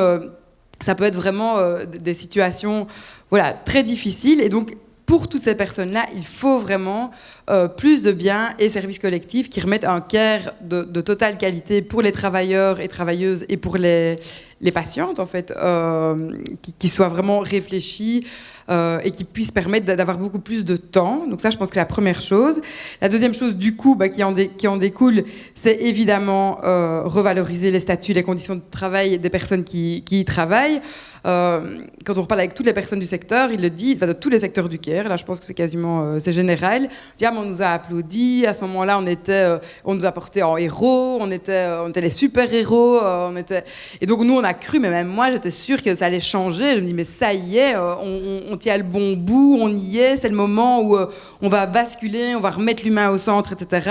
Et puis là, patatras, on est reparti juste comme avant, on a relancé l'économie casino et tout le reste, et on attend que ça se recasse la gueule la prochaine fois. Enfin, c'est vraiment, voilà, c'est trop dommage. Et donc je pense que dans revaloriser les statuts, il faut vraiment reconnaître voilà, la pénibilité du travail et la manière vraiment de permettre de soulager les travailleurs et travailleuses des secteurs, c'est permettre un meilleur soin. Il y a un effet de cause à effet, je ne sais plus parler, ça fait une journée, mais donc c'est énorme. Et tout ça, en fait, c'est hors des débats qui se tiennent, y compris maintenant, quoi. Dans le débat sur les pensions, il n'y a rien sur la pénibilité, mais rien. Je veux dire, rien de rien. Dans l'ancien débat sur les pensions qu'il y a eu il y a 4 ans, enfin il y a 3, je ne sais plus combien d'années maintenant, mais donc sous l'ancienne législature, on n'est pas arrivé à pouvoir mettre à l'agenda la question de la pénibilité des métiers féminins. C'était inaudible, quoi. Même, je sais pas, même dans l'enseignement, la charge psychosociale, le fait que les enseignants maternels ne supportent plus le bruit en fin de carrière. Enfin, moi, franchement, pour tout qui a passé la porte d'une classe de maternelle, moi, je ne sais jamais même pas comment ils tiennent une semaine, mais alors une carrière, évidemment qu'ils n'en peuvent plus du bruit. Enfin, je veux dire, c'est vraiment quelque chose qui atteint, qui atteint la santé mentale très très fort. Et ça, on peut le faire pour tous ces secteurs du care où il y a à un moment donné une charge qui est là, qui s'est accumulée et qui ne part pas. Et donc il y a aussi toute cette question d'aménagement des fins de carrière où on est à peu près nulle part. Enfin, il y a des plans qu'on essaye de mettre sur le travail mais qui ne sont pas là. Donc je pense vraiment revaloriser les statuts, les conditions de travail des personnes qui travaillent dans ces secteurs-là, c'est essentiel. Alors si je prends un prisme un peu plus large, je crois qu'il faut inclure les hommes dans la démarche. Et au niveau du care domestique et au niveau du care professionnel, si on le veut, il faut plus d'hommes dans les soins infirmiers, il faut plus d'hommes dans l'enseignement maternel et primaire, il faut plus de périculteurs, il faut que ces professions-là aussi se mixifient, parce que c'est comme ça aussi qu'on montrera qu'effectivement ce sont des compétences professionnelles et pas innées. C'est qu'on sait que quand les secteurs sont plus mixtes, tout se passe beaucoup mieux aussi, et donc c'est pas qu'une affaire de femmes. Ici on en a fait, et c'est normal dans les constats, c'est des femmes qui sont très majoritairement là, mais on doit encourager les jeunes hommes, et donc ça fait partie de l'éducation aussi, parce que oui, c'est pas une question d'inné si les femmes se retrouvent dans ce secteur, c'est parce que depuis toute petite, on est socialisé à prendre soin, à faire d'abord attention aux autres, à être dans l'empathie, à penser aux cadeaux d'anniversaire de machin chouette. On est toutes socialisées, enfin la majorité, pas toutes, mais voilà, une grande majorité d'entre nous, on est socialisé à penser d'abord aux autres, à prendre soin, etc. On doit éduquer les gamins de la même manière. Et en fait, c'est positif pour tout le monde. Que les femmes soient éduquées comme ça, c'est bien, en fait. C'est super. Enfin, je veux dire, on est des chouettes humaines, quoi. C'est vraiment bien. Mais il faut qu'on éduque éduque nos gamins de la même manière. Ils doivent pouvoir être aussi empathiques et ça doit être valorisé chez eux d'être empathiques, de faire preuve d'émotion, de pouvoir tenir la main, de pouvoir langer, changer, s'occuper d'un bébé, etc. Et donc ça passe dans l'éducation au niveau privé et dans l'éducation, comme on le disait, au niveau de l'enseignement. Et là, c'est des chantiers dont on parle depuis je ne sais combien d'années, mais qui avancent vraiment trop peu. Et alors, je pense quand même que si on veut remettre le care au centre, on doit changer d'indicateur. Et donc, bon, évidemment, si vous parlez directement de société post-croissance, on imagine bien qu'on n'est plus dans cette croissance, cette croissance qui veut dire croissance du PIB, mais franchement, on en est encore loin, quoi. J'ai l'impression qu'on parle de ça aussi, en tout cas depuis mes études, on nous parle de sortir du PIB, en fait, on ne parle que du PIB tout le temps. Enfin, je veux dire, on arrive à imposer aucun autre indicateur qui semble valable, qui semble correct, et notamment dans la construction de la sécurité sociale, et là on doit faire notre mea culpa syndical aussi, on n'arrive pas à en sortir. On n'arrive pas. Toute la sécurité sociale est basée, et les négociations salariales, etc., sont basées sur la croissance. Et il n'y a pas de croissance, il n'y a plus rien, il n'y a pas d'accord interprofessionnel, il n'y a pas de la sécurité sociale, on se dit où est-ce qu'on va aller rechercher d'autres sous, mais non, il ne faut pas aller chercher, c'est pas des yakas, mais en tout cas il faut remettre en question ça, parce que de toute façon, il n'y en aura plus. Je veux dire, là, on le voit quand même bien. Cet été, ça a été un peu... c'était un peu caricatural. Cet été, il était passé de manière différente, mais on sent quand même bien qu'on arrive au bout. Donc, on ne va plus avoir des croissances à 2 chiffres comme on a eu, sauf super guerre, et puis on repart avec une croissance à 2 chiffres, mais bon, on n'a pas envie d'avoir ça non plus.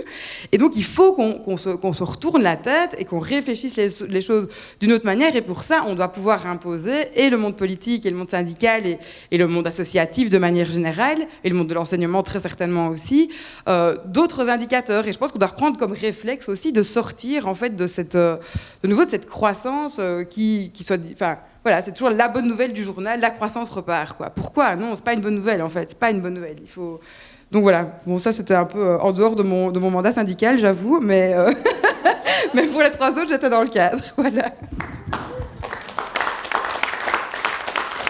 Merci beaucoup aux 3 intervenantes pour cette première longue partie de séance. Est-ce qu'il y a des questions ou des interventions dans le public pour faire réagir nos membres? Je vais faire passer le micro. Je voudrais faire une réflexion qui est peut-être un peu longue. Elle ne va pas être vraiment étonnée, mais bon. Je suis quand même un peu désabusée. Je suis un peu quand même déçue, dans le sens où je trouve que pendant toute la séance, on a mélangé 2 éléments. Et donc, je crois qu'on doit remettre peut-être les choses un peu chacune à leur place. Alors, je voudrais dire que pour moi, il y a d'abord les métiers de l'aide et de soins. Et j'ajoute l'aide, parce qu'on parle toujours de care comme si c'était soins. Et soins, on a tendance, dans notre pays, à penser soins de santé. Hein. Mais le mot peut être plus long, c'est pour ça que je prends en général la notion d'aide et de soins, ce qui permet de mieux voir les choses. Et quand on voit les secteurs et les métiers de l'aide et du soin, ce sont des métiers où le personnel a une qualification. Donc il y a une qualification pour exercer le métier. Ce sont des secteurs qui sont subsidiés. Ce sont des secteurs où il y a un encadrement. Les gens ne sont pas lâchés tout seuls dans la nature. Et ce sont aussi des secteurs où il y a une formation continuée. Donc ce sont vraiment des secteurs, des entreprises qui sont dans des conditions très particulières et qui répondent donc à un certain nombre de besoins d'aide et de soins. On est là, en général, d'une manière tout à fait générale, devant des structures qui sont des services publics ou des ASBL. Nous sommes dans du non-marchand ou du public. Quand on parle de ce qu'on a beaucoup parlé maintenant, qui sont les titres-services, et dans mon premier secteur de l'aide et de soins, il y a des aides ménagères, qu'on appelle maintenant des aides ménagères sociales, qu'on n'appelle d'ailleurs pas des titres-services, qu'on appelle des aides ménagères sociales, pour faire la différence avec les aides ménagères du titre-service. Pour moi, les aides ménagères des titres-services, ce sont des métiers des services. Qu'est-ce que c'est le métier des services? C'est de faire contre paiement des tâches pour des personnes privées, que ces personnes ne font pas elles-mêmes, et elles payent quelqu'un d'autre pour le faire. Elles viennent nettoyer, elles vont conduire ou chercher nos enfants, quoi qu'en principe, elles ne peuvent pas le faire. Mais nous ne sommes pas devant des réponses qui sont des réponses à un besoin d'aide et un besoin de soins. Mais on fait à la place de quelqu'un contre-paiement, un certain nombre de choses. Et là, il y a aussi quelque chose qu'on peut appeler un subside, et c'est énorme. On est à plus de 20 €, qu'on prenne la région wallonne ou la région bruxelloise. On a plus de 20 € de subside public pour une activité qui est de faire pour nous des choses qu'on ne fait pas nous-mêmes et qu'on sous-traite auprès de quelqu'un d'autre. Donc je trouve que de mélanger tout le temps les deux, moi, m'a posé problème. Et je crois qu'on doit continuer à réfléchir, continuer à travailler, dire tout ce qu'on a dit et dénoncer par rapport au secteur des services, mais pas mélanger tout en même temps. Alors, qu'est-ce qu'on trouve comme statut du côté des entreprises quand on est dans le secteur des services? Bien, on trouve évidemment majoritairement des sociétés anonymes et l'autre type de catégorie de sociétés qui font du travail pour faire des sous. Alors, je vais juste terminer parce que je vais être longue, mais je ne vais pas aller trop loin.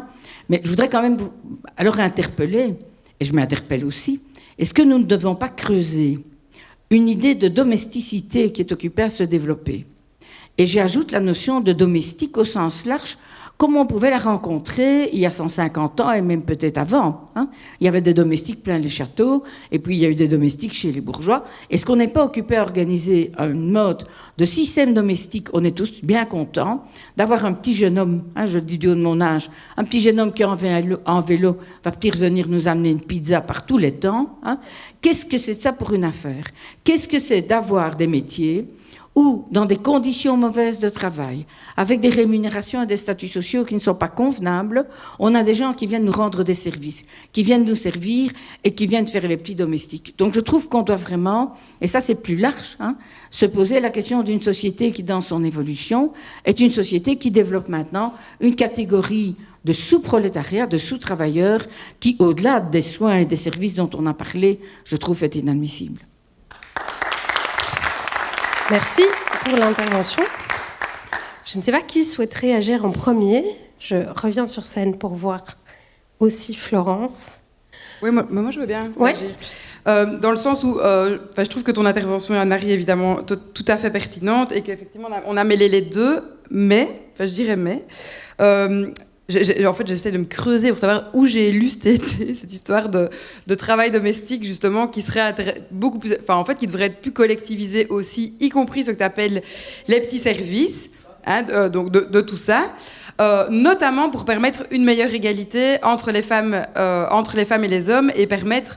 que les gens aussi puissent faire d'autres choses et rétablir ce fameux équilibre domestique qui n'existe absolument pas. N'empêche, ici, c'est vrai que tant que maintenant, c'est pas comme ça, et qu'en plus, on est occupé à accepter des sous-statuts, des sous-sous-statuts, des freelancers, des gens qui ne sont même plus dans aucun type de contrat, etc. Et là, c'est vrai que ça pose vraiment question. C'est pour ça que je pense même ce type de service-là, on doit se poser la question. En tout cas, la question commence à revenir vraiment, et de toute façon, va revenir au niveau budgétaire, je pense, de la subsidiation des titres-services. C'est déjà revenu à Bruxelles, ça a été tranché comme ça, ok, mais on va quand même, à un moment donné, devoir se dire, est-ce que vraiment on subsidie le confort de certaines et de certains, ou alors est-ce qu'on en fait un projet ? Ou alors, quel type de projet politique on en fait si on le subsidie toujours autant? Mais là, il n'y a pas de projet réellement politique. D'ailleurs, je ne pense pas qu'on se dise on subsidie les titres-services pour le moment pour rétablir l'égalité homme-femme et que les gens puissent s'émanciper plus. Non, c'est pas du tout ça, en fait. On n'est absolument pas là-dedans. Et encore moins, évidemment, dans les livraisons de repas, etc. Mais... je ne jetterai pas tout là-dedans parce que je pense qu'il y a peut-être des pistes qu'on devrait, en tout cas, réfléchir au niveau... simplement de se dire qu'est-ce qu'on veut, si on travaille les utopies. Or, la dernière question, c'était un peu ça, de se dire dans quel modèle de société on voudrait être. Peut-être bien que ce type de service-là aussi peut être légitime à organiser de manière collective. Mais alors, avec des meilleures conditions de travail, avec des réels contrats, avec une organisation syndicale derrière, etc. Mais effectivement, pour le moment, ce n'est pas le cas. Et le point que tu poses, je trouve complètement pertinent et je suis tout à fait d'accord. Oui. Farida. D'abord, merci beaucoup, madame, pour votre réflexion. Et c'est vrai que le sujet étant tellement vague, et avec Sophie, depuis le début, j'avais vraiment apporté, pas des conditions, mais j'ai vraiment voulu parler de ma réalité de députée qui travaille dans une commission qui traite vraiment la question des aides ménagères des titres-services. parce que toute la question du care, mais au niveau du soin, ce ne sont pas du tout mes matières. Donc moi, je ne vais pas m'aventurer dans des matières que je ne connais pas. Et d'emblée, c'est vrai qu'on a tendance, peut-être dans nos interventions, à mêler les deux. Et si c'était le cas, je m'en excuse d'avance. Maintenant, là où je vous rejoins vraiment, je pense que c'est important d'aller plus loin dans la réflexion. Et c'est vrai d'interroger nos modes de production et de se demander pourquoi est-ce que des subsides à raison de 70% sont alloués à des sociétés de Tetris-Services. Et ce sont des grosses sociétés. Je veux dire, Fédergon, la fédération de toutes ces entreprises agréées, ne contribuent pas de la même manière à l'effort collectif. Et là, je suis entièrement d'accord avec vous. Et c'est pour ça que j'étais présente avec les syndicats, avec les aides ménagères sur le terrain pour vraiment porter leurs revendications légitimes. Et que c'est vrai que le domaine du care, on l'a dit, on l'a défini, et Florence l'a fait encore très très bien en tant qu'experte du care. C'est ça qui est très compliqué dans ce type de débat, c'est que c'est déjà un terme anglophone qui désigne énormément d'activités. Et vous avez raison de rappeler que d'un côté, ce sont des activités structurées, encadrées, où il y a des formations continues. C'est pas le cas dans le cadre des titres-services. Et c'est aussi une demande des aides ménagères, c'est se dire, on veut pas que ce soit des emplois qui ne permettent pas des perspectives. Il faut qu'il y ait un tremplin vers d'autres emplois de qualité. Il faut qu'il y ait des formations, pas uniquement de base pour nous apprendre à utiliser un produit nettoyage, mais des formations qualifiantes, des formations continues. Il faut aussi qu'on parle peut-être plus de compétences que de métiers, finalement. Parce qu'aujourd'hui, une aide ménagère, quand vous avez besoin d'une aide ménagère, en fait, elle ne vient pas juste faire votre ménage. Vous pouvez demander qu'elle vienne aussi vous préparer des repas, vous faire des courses. Et donc, ça devient aussi, finalement, on en abuse à un moment donné, on ouvre un peu. Et donc, c'est là où je trouve qu'il y a une frontière un peu dangereuse. Mais merci en tout cas pour votre réflexion. Et désolée si on a parfois mélangé les deux. Florence. Oui, mais merci en effet pour cette intervention. Je pense que c'était Anne-Marie, si je reconnaissais bien sa voix, parce que je vois pas. Oui, c'est ça. Voix, mais j'ai reconnu sa voix. Je suis tout à fait d'accord sur la confusion, mais elle est inévitable à partir du moment où on prend comme référentiel le care. On est toujours dans ces débats-là, ça devient toujours compliqué quand on emploie ce terme-là. Voilà. Et par contre, sur la question de la domesticité, j'ai assisté aux États généraux du care quand il y a eu le doctorat honoris causa qui était donné à Joan Tronto à l'UC Louvain l'année dernière. Et il y avait tous les métiers justement qui se revendiquaient, ou en tout cas qui se reconnaissaient dans le terme de care. Et il y avait notamment des travailleurs de Uber Eats qui étaient là et qui étaient représentés. En fait, ils étaient représentants dans les syndicats. Et en fait, ils disaient, moi, j'ai un peu un problème parce qu'effectivement, je nourris une société de la domesticité et en même temps, je vois que les clients et les clientes, c'est souvent des personnes qui arrivent le soir épuisées à la maison du travail, qui ont travaillé dans des conditions très dures et qui font appel à un repas chaud. Voilà, ce qui est un problème, je pense que c'est pas la livraison du repas chaud, parce que ça existe dans d'autres circonstances, et on peut entendre aussi qu'il y a des personnes qui sont en difficulté pour se préparer un repas le soir et qui font appel à Uber. C'est le modèle Uber qui est problématique. Donc, je crois que la question de la domesticité, elle doit être replacée, ou en tout cas la question du service, et qu'est-ce que tous ces services, quel est le sens de tous ces services.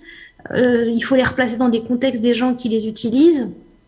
Et surtout, il faut interroger le modèle économique qu'il y a là derrière, qui est un modèle, d'exploitation.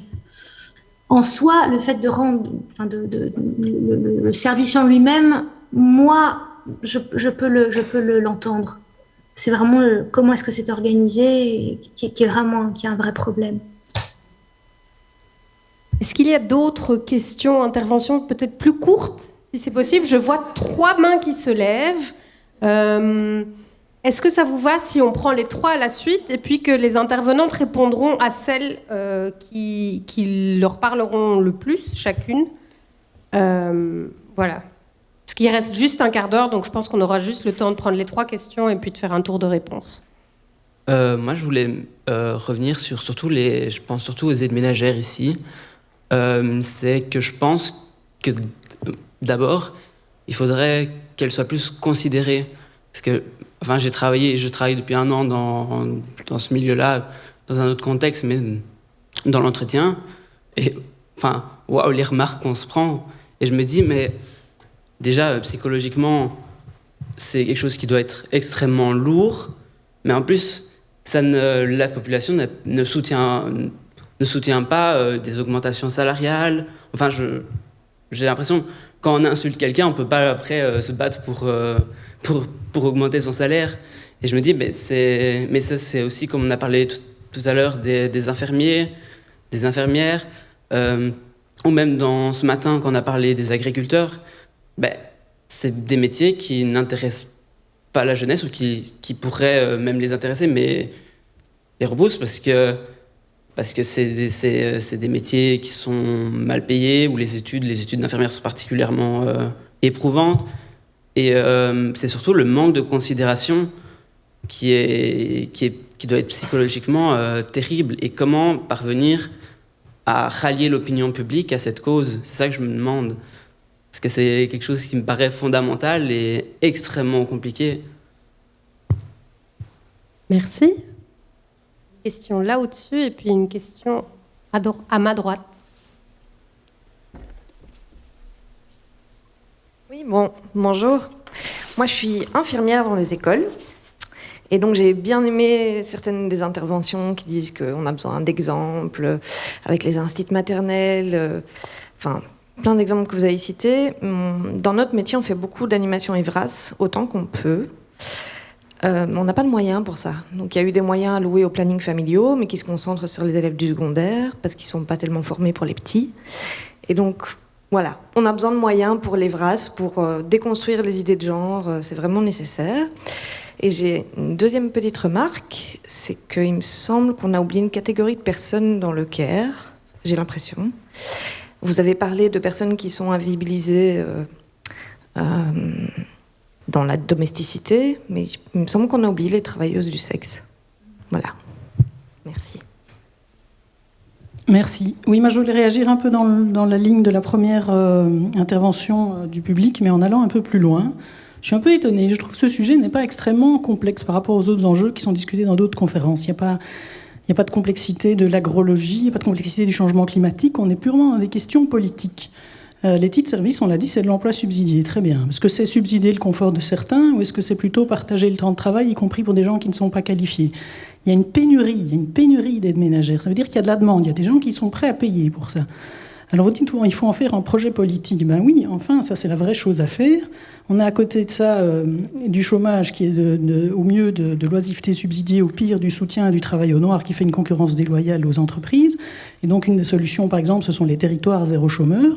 Donc je pense, ou aussi, comme vous l'avez dit, il faut réglementer ces sociétés qui exploitent le système. Je ne comprends pas, l'État le subsidie et il laisse le système se faire exploiter et tordre. Est-ce qu'on n'est pas capable, est-ce que notre puissance politique est à ce point impuissante qu'elle soit incapable de réguler ce secteur, de faire peut-être des agences publiques, sociales, j'en sais rien. Je trouve ça juste hallucinant.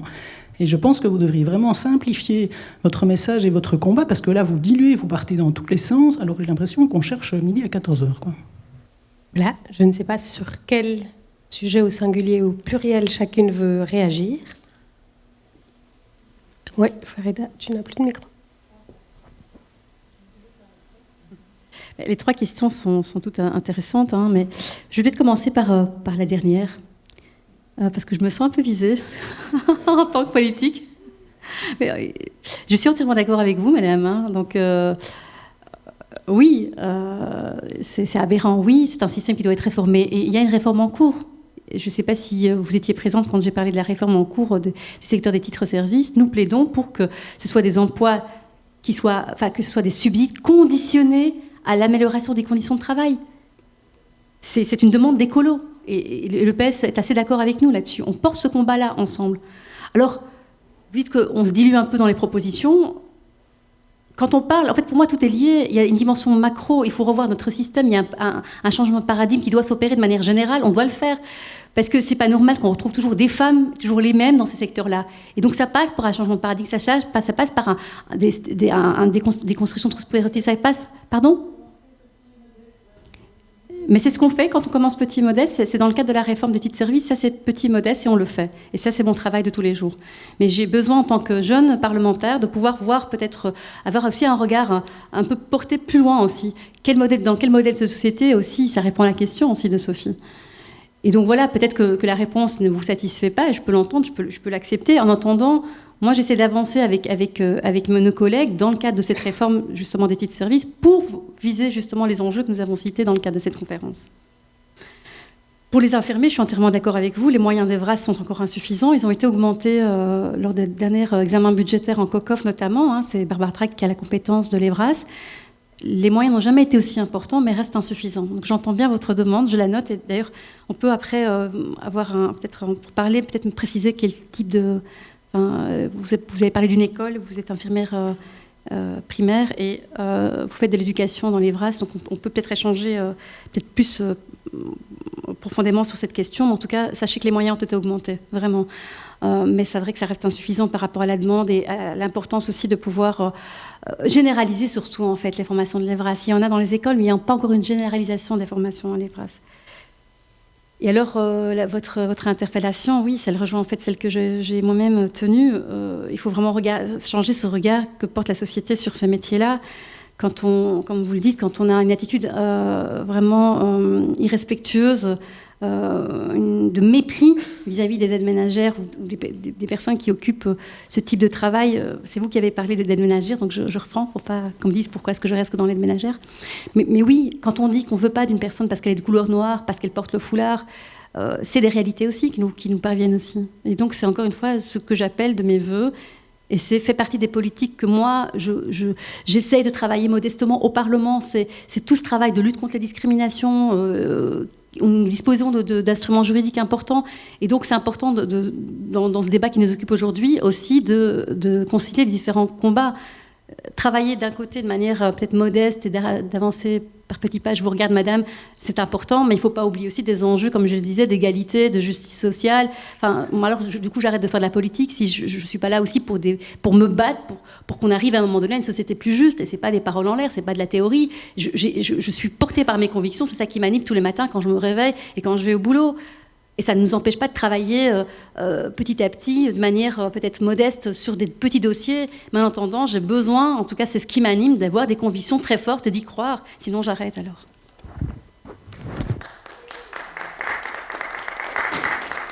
Gaëlle Demie. Oui, alors je vais répondre dans l'ordre des questions peut-être. Hein. Donc par rapport évidemment à la reconnaissance des aides ménagères, je pense que pour le moment c'est d'autant plus violent, je cherchais la bonne personne, le manque de considération est d'autant plus violent qu'elles ont eu enfin la considération pendant le Covid. Et donc là le retour en arrière, en tout cas ce qu'elles disent maintenant, c'est que c'est encore, c'est presque encore pire qu'avant. Donc genre elles s'y étaient faites, puis elles se sont dit, on a été applaudis, donc y compris le personnel de nettoyage des hôpitaux par exemple, qui était applaudi par les infirmières et les médecins, c'est un truc de malade. Enfin, je veux dire, ça n'est jamais arrivé de la vie, quoi, que ce soit arrivé. Et maintenant, qu'est-ce qui s'est passé ? Elles ont mis 2 ans à avoir la même prime que le reste du personnel soignant des hôpitaux. On l'a eu le 25 juillet ici. Mais donc, et là, il n'y avait pas une infirmière et un médecin pour venir manifester avec eux pour avoir la prime, quoi. Et donc ça, c'est la reconnaissance par les pairs et la reconnaissance, évidemment, par tous les autres personnes et bénéficiaires. C'est la même chose. Alors ça, c'est pour je pense que c'est vraiment pour les questions les secteurs nettoyage, etc. Les aides familiales, elles vivent pas cette réalité-là. En tout cas, elles, quand on parle avec elles vivent justement de cette reconnaissance qu'elles ont et qui sont que justement elles étaient les seules personnes qui ont été dans les maisons pendant le Covid.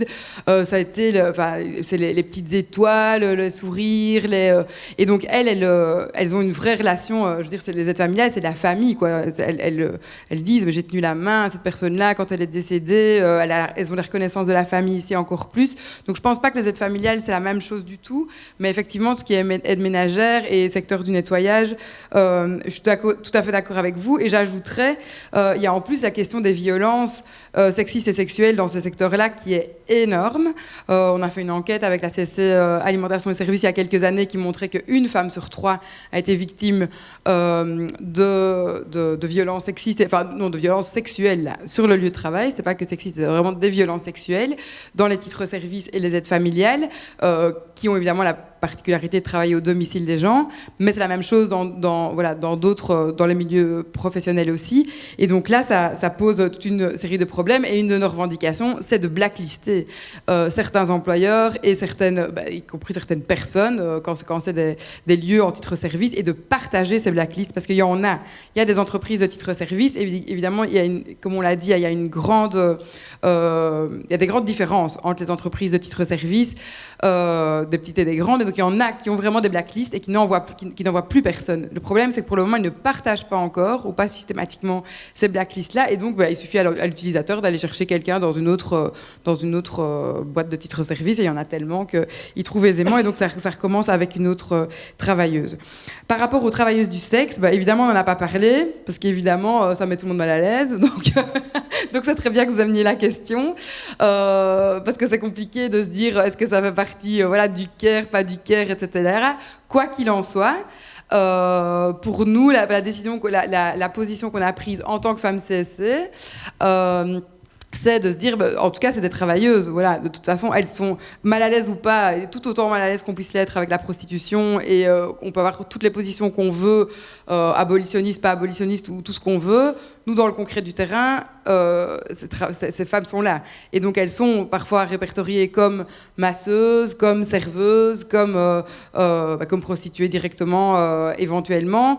Et donc, nous, quand on peut, on se dit, de toute façon, si c'est des travailleuses, on doit les défendre, avec plein de difficultés, de zones d'ombre, etc., et de débroussaillage qu'on doit vraiment faire par rapport au changement du code pénal qui a eu lieu récemment. On est vraiment en phase de débroussaillage, mais c'est vrai que c'est des travailleuses qu'on veut pas laisser tomber, même si on est tous, toutes et tous, en tout cas la majorité de mes collègues et moi, mal à l'aise par rapport à ces travailleuses-là et à la manière dont on peut les aider.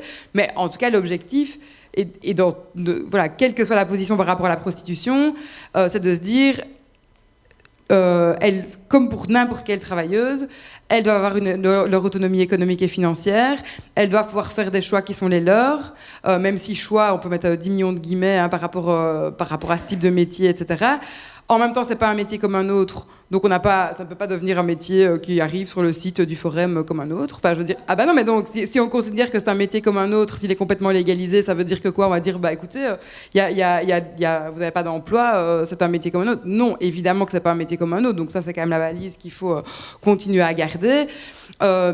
Et en même temps, on doit pouvoir mettre en place des accès à la sécurité sociale. C'est inacceptable que pendant toute la période de nouveau, le confinement, on y revient tout le temps, mais c'est parce que ça a tellement fait exploser les inégalités et toutes les situations qu'on connaissait, mais qui nous ont vraiment pété tous à la figure. Elles n'avaient plus rien, mais plus rien de rien. Et en plus, même dans les circuits d'aide classiques, ces personnes, les travailleuses et travailleurs du sexe ne rentraient pas dedans. Donc ça a été la misère, galère, et ça on peut pas accepter, quelles que soient nos positions après philosophiques sur prostitution, oui ou non. Donc voilà, on est plutôt nous comme organisation syndicale là-dessus en phase de débroussaillage. Et alors par rapport à le mettre ou pas dans le care, je ne sais pas. Je ne sais pas vous répondre à cette question-là comme ça, mais en tout cas, on essaie vraiment de réfléchir à la question de ne pas laisser tomber ces personnes-là. Et alors, par rapport à la dernière question, donc Farida, je pense que c'est toi qui était tout à fait légitime pour répondre, mais il y a juste un point sur les gens sont prêts à payer plus, je ne suis pas sûre. Et donc en tout cas du point de vue syndical, la crainte c'est ça, c'est que les gens ne vont pas payer, surtout pour le moment, risquent de ne pas savoir payer plus les titres-services. Donc s'ils ne savent pas payer plus alors qu'ils sont habitués à avoir leur déduction d'impôt qui arrive après, ça risque d'être certaines pertes d'emploi ou quoi à la clé. Et donc et plus de travailleurs au noir, oui, plus de travailleuses et travailleurs. Certaines personnes, pas toutes. Donc c'est des classes aisées de la population qui savent payer plus, oui. Et d'autres non. Donc certaines personnes qui sont d'accord de payer au noir, et donc c'est pas tout le monde. Et certaines personnes qui ont les capacités de mettre plus au noir, ce qui n'est pas le cas. Déjà juste maintenant avec les régularisations d'électricité qui sont tombées, il y a des personnes qui renoncent à leur aide en titre-service. Donc c'est pas tout le monde, c'est pas général. À l'ESA, il y a une analyse plus poussée à faire certainement. Laurence. Non, j'avais rien à ajouter. Je pense que les réponses étaient déjà complètes. C'était des questions intéressantes. Je pense pas que j'ai à ajouter là-dessus. Peut-être que la seule chose que je voudrais rajouter, c'est par rapport aux alternatives et aux pistes. Et je crois qu'on en a quand même évoqué pas mal. Il y en a peut-être une ou l'autre aussi qui peuvent être évoquées. C'est qu'il y a quand même déjà des expériences pilotes qui sont en cours dans certains métiers, que je pense par exemple aux aides familiales qui tentent de s'organiser plus par quartier et par territoire pour avoir plus d'autonomie, pour s'organiser mieux et régler des problèmes de mobilité et d'horaire, d'organisation d'horaire. Je pense à pas mal d'innovations qui sont mises en place dans le secteur de l'aide à domicile pour justement alléger le travail, pour le rendre plus attractif. Il y a quand même des choses qui s'organisent à un niveau de terrain. Par ailleurs, je crois qu'il y a aussi quelque chose à faire qui est important, c'est de revoir ce qu'on appelle les narratifs, tous les imaginaires, de mettre en valeur les métiers du soin dans les fictions, dans les films, de montrer à quel point c'est important d'avoir des rôles comme des modèles, de montrer des modèles qui existent et qu'on valorise pas suffisamment. Il y a toute une série de choses à faire à différents niveaux, évidemment au niveau du paradigme et des politiques aussi, mais il y a pas mal de choses qu'il faut commencer à entreprendre. Et soutenir les expériences pilotes, je pense que c'est vraiment très important. Merci. Alors pour conclure, moi je vais quand même répondre aussi en tant que modératrice et initiatrice de la conférence à la remarque de Madame sur le caractère en fait généraliste de cette conférence.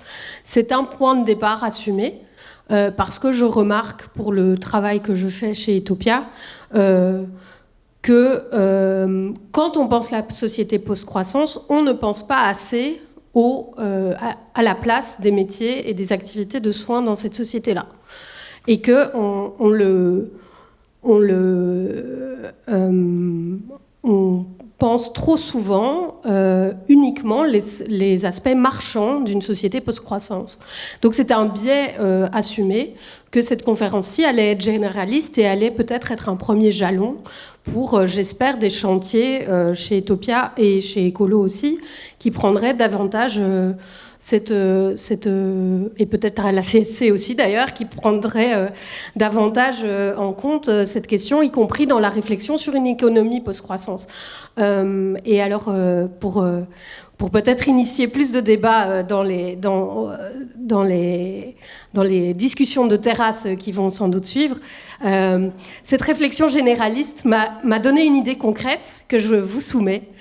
Et si on imposait un service féministe obligatoire pour tous les jeunes de 18 à 20 ans qui passerait par le soutien au métier de soins pour un service de 2 ans. Ils passeraient peut-être par plusieurs types de métiers. Comme ça, en plus, ça leur donnerait l'idée de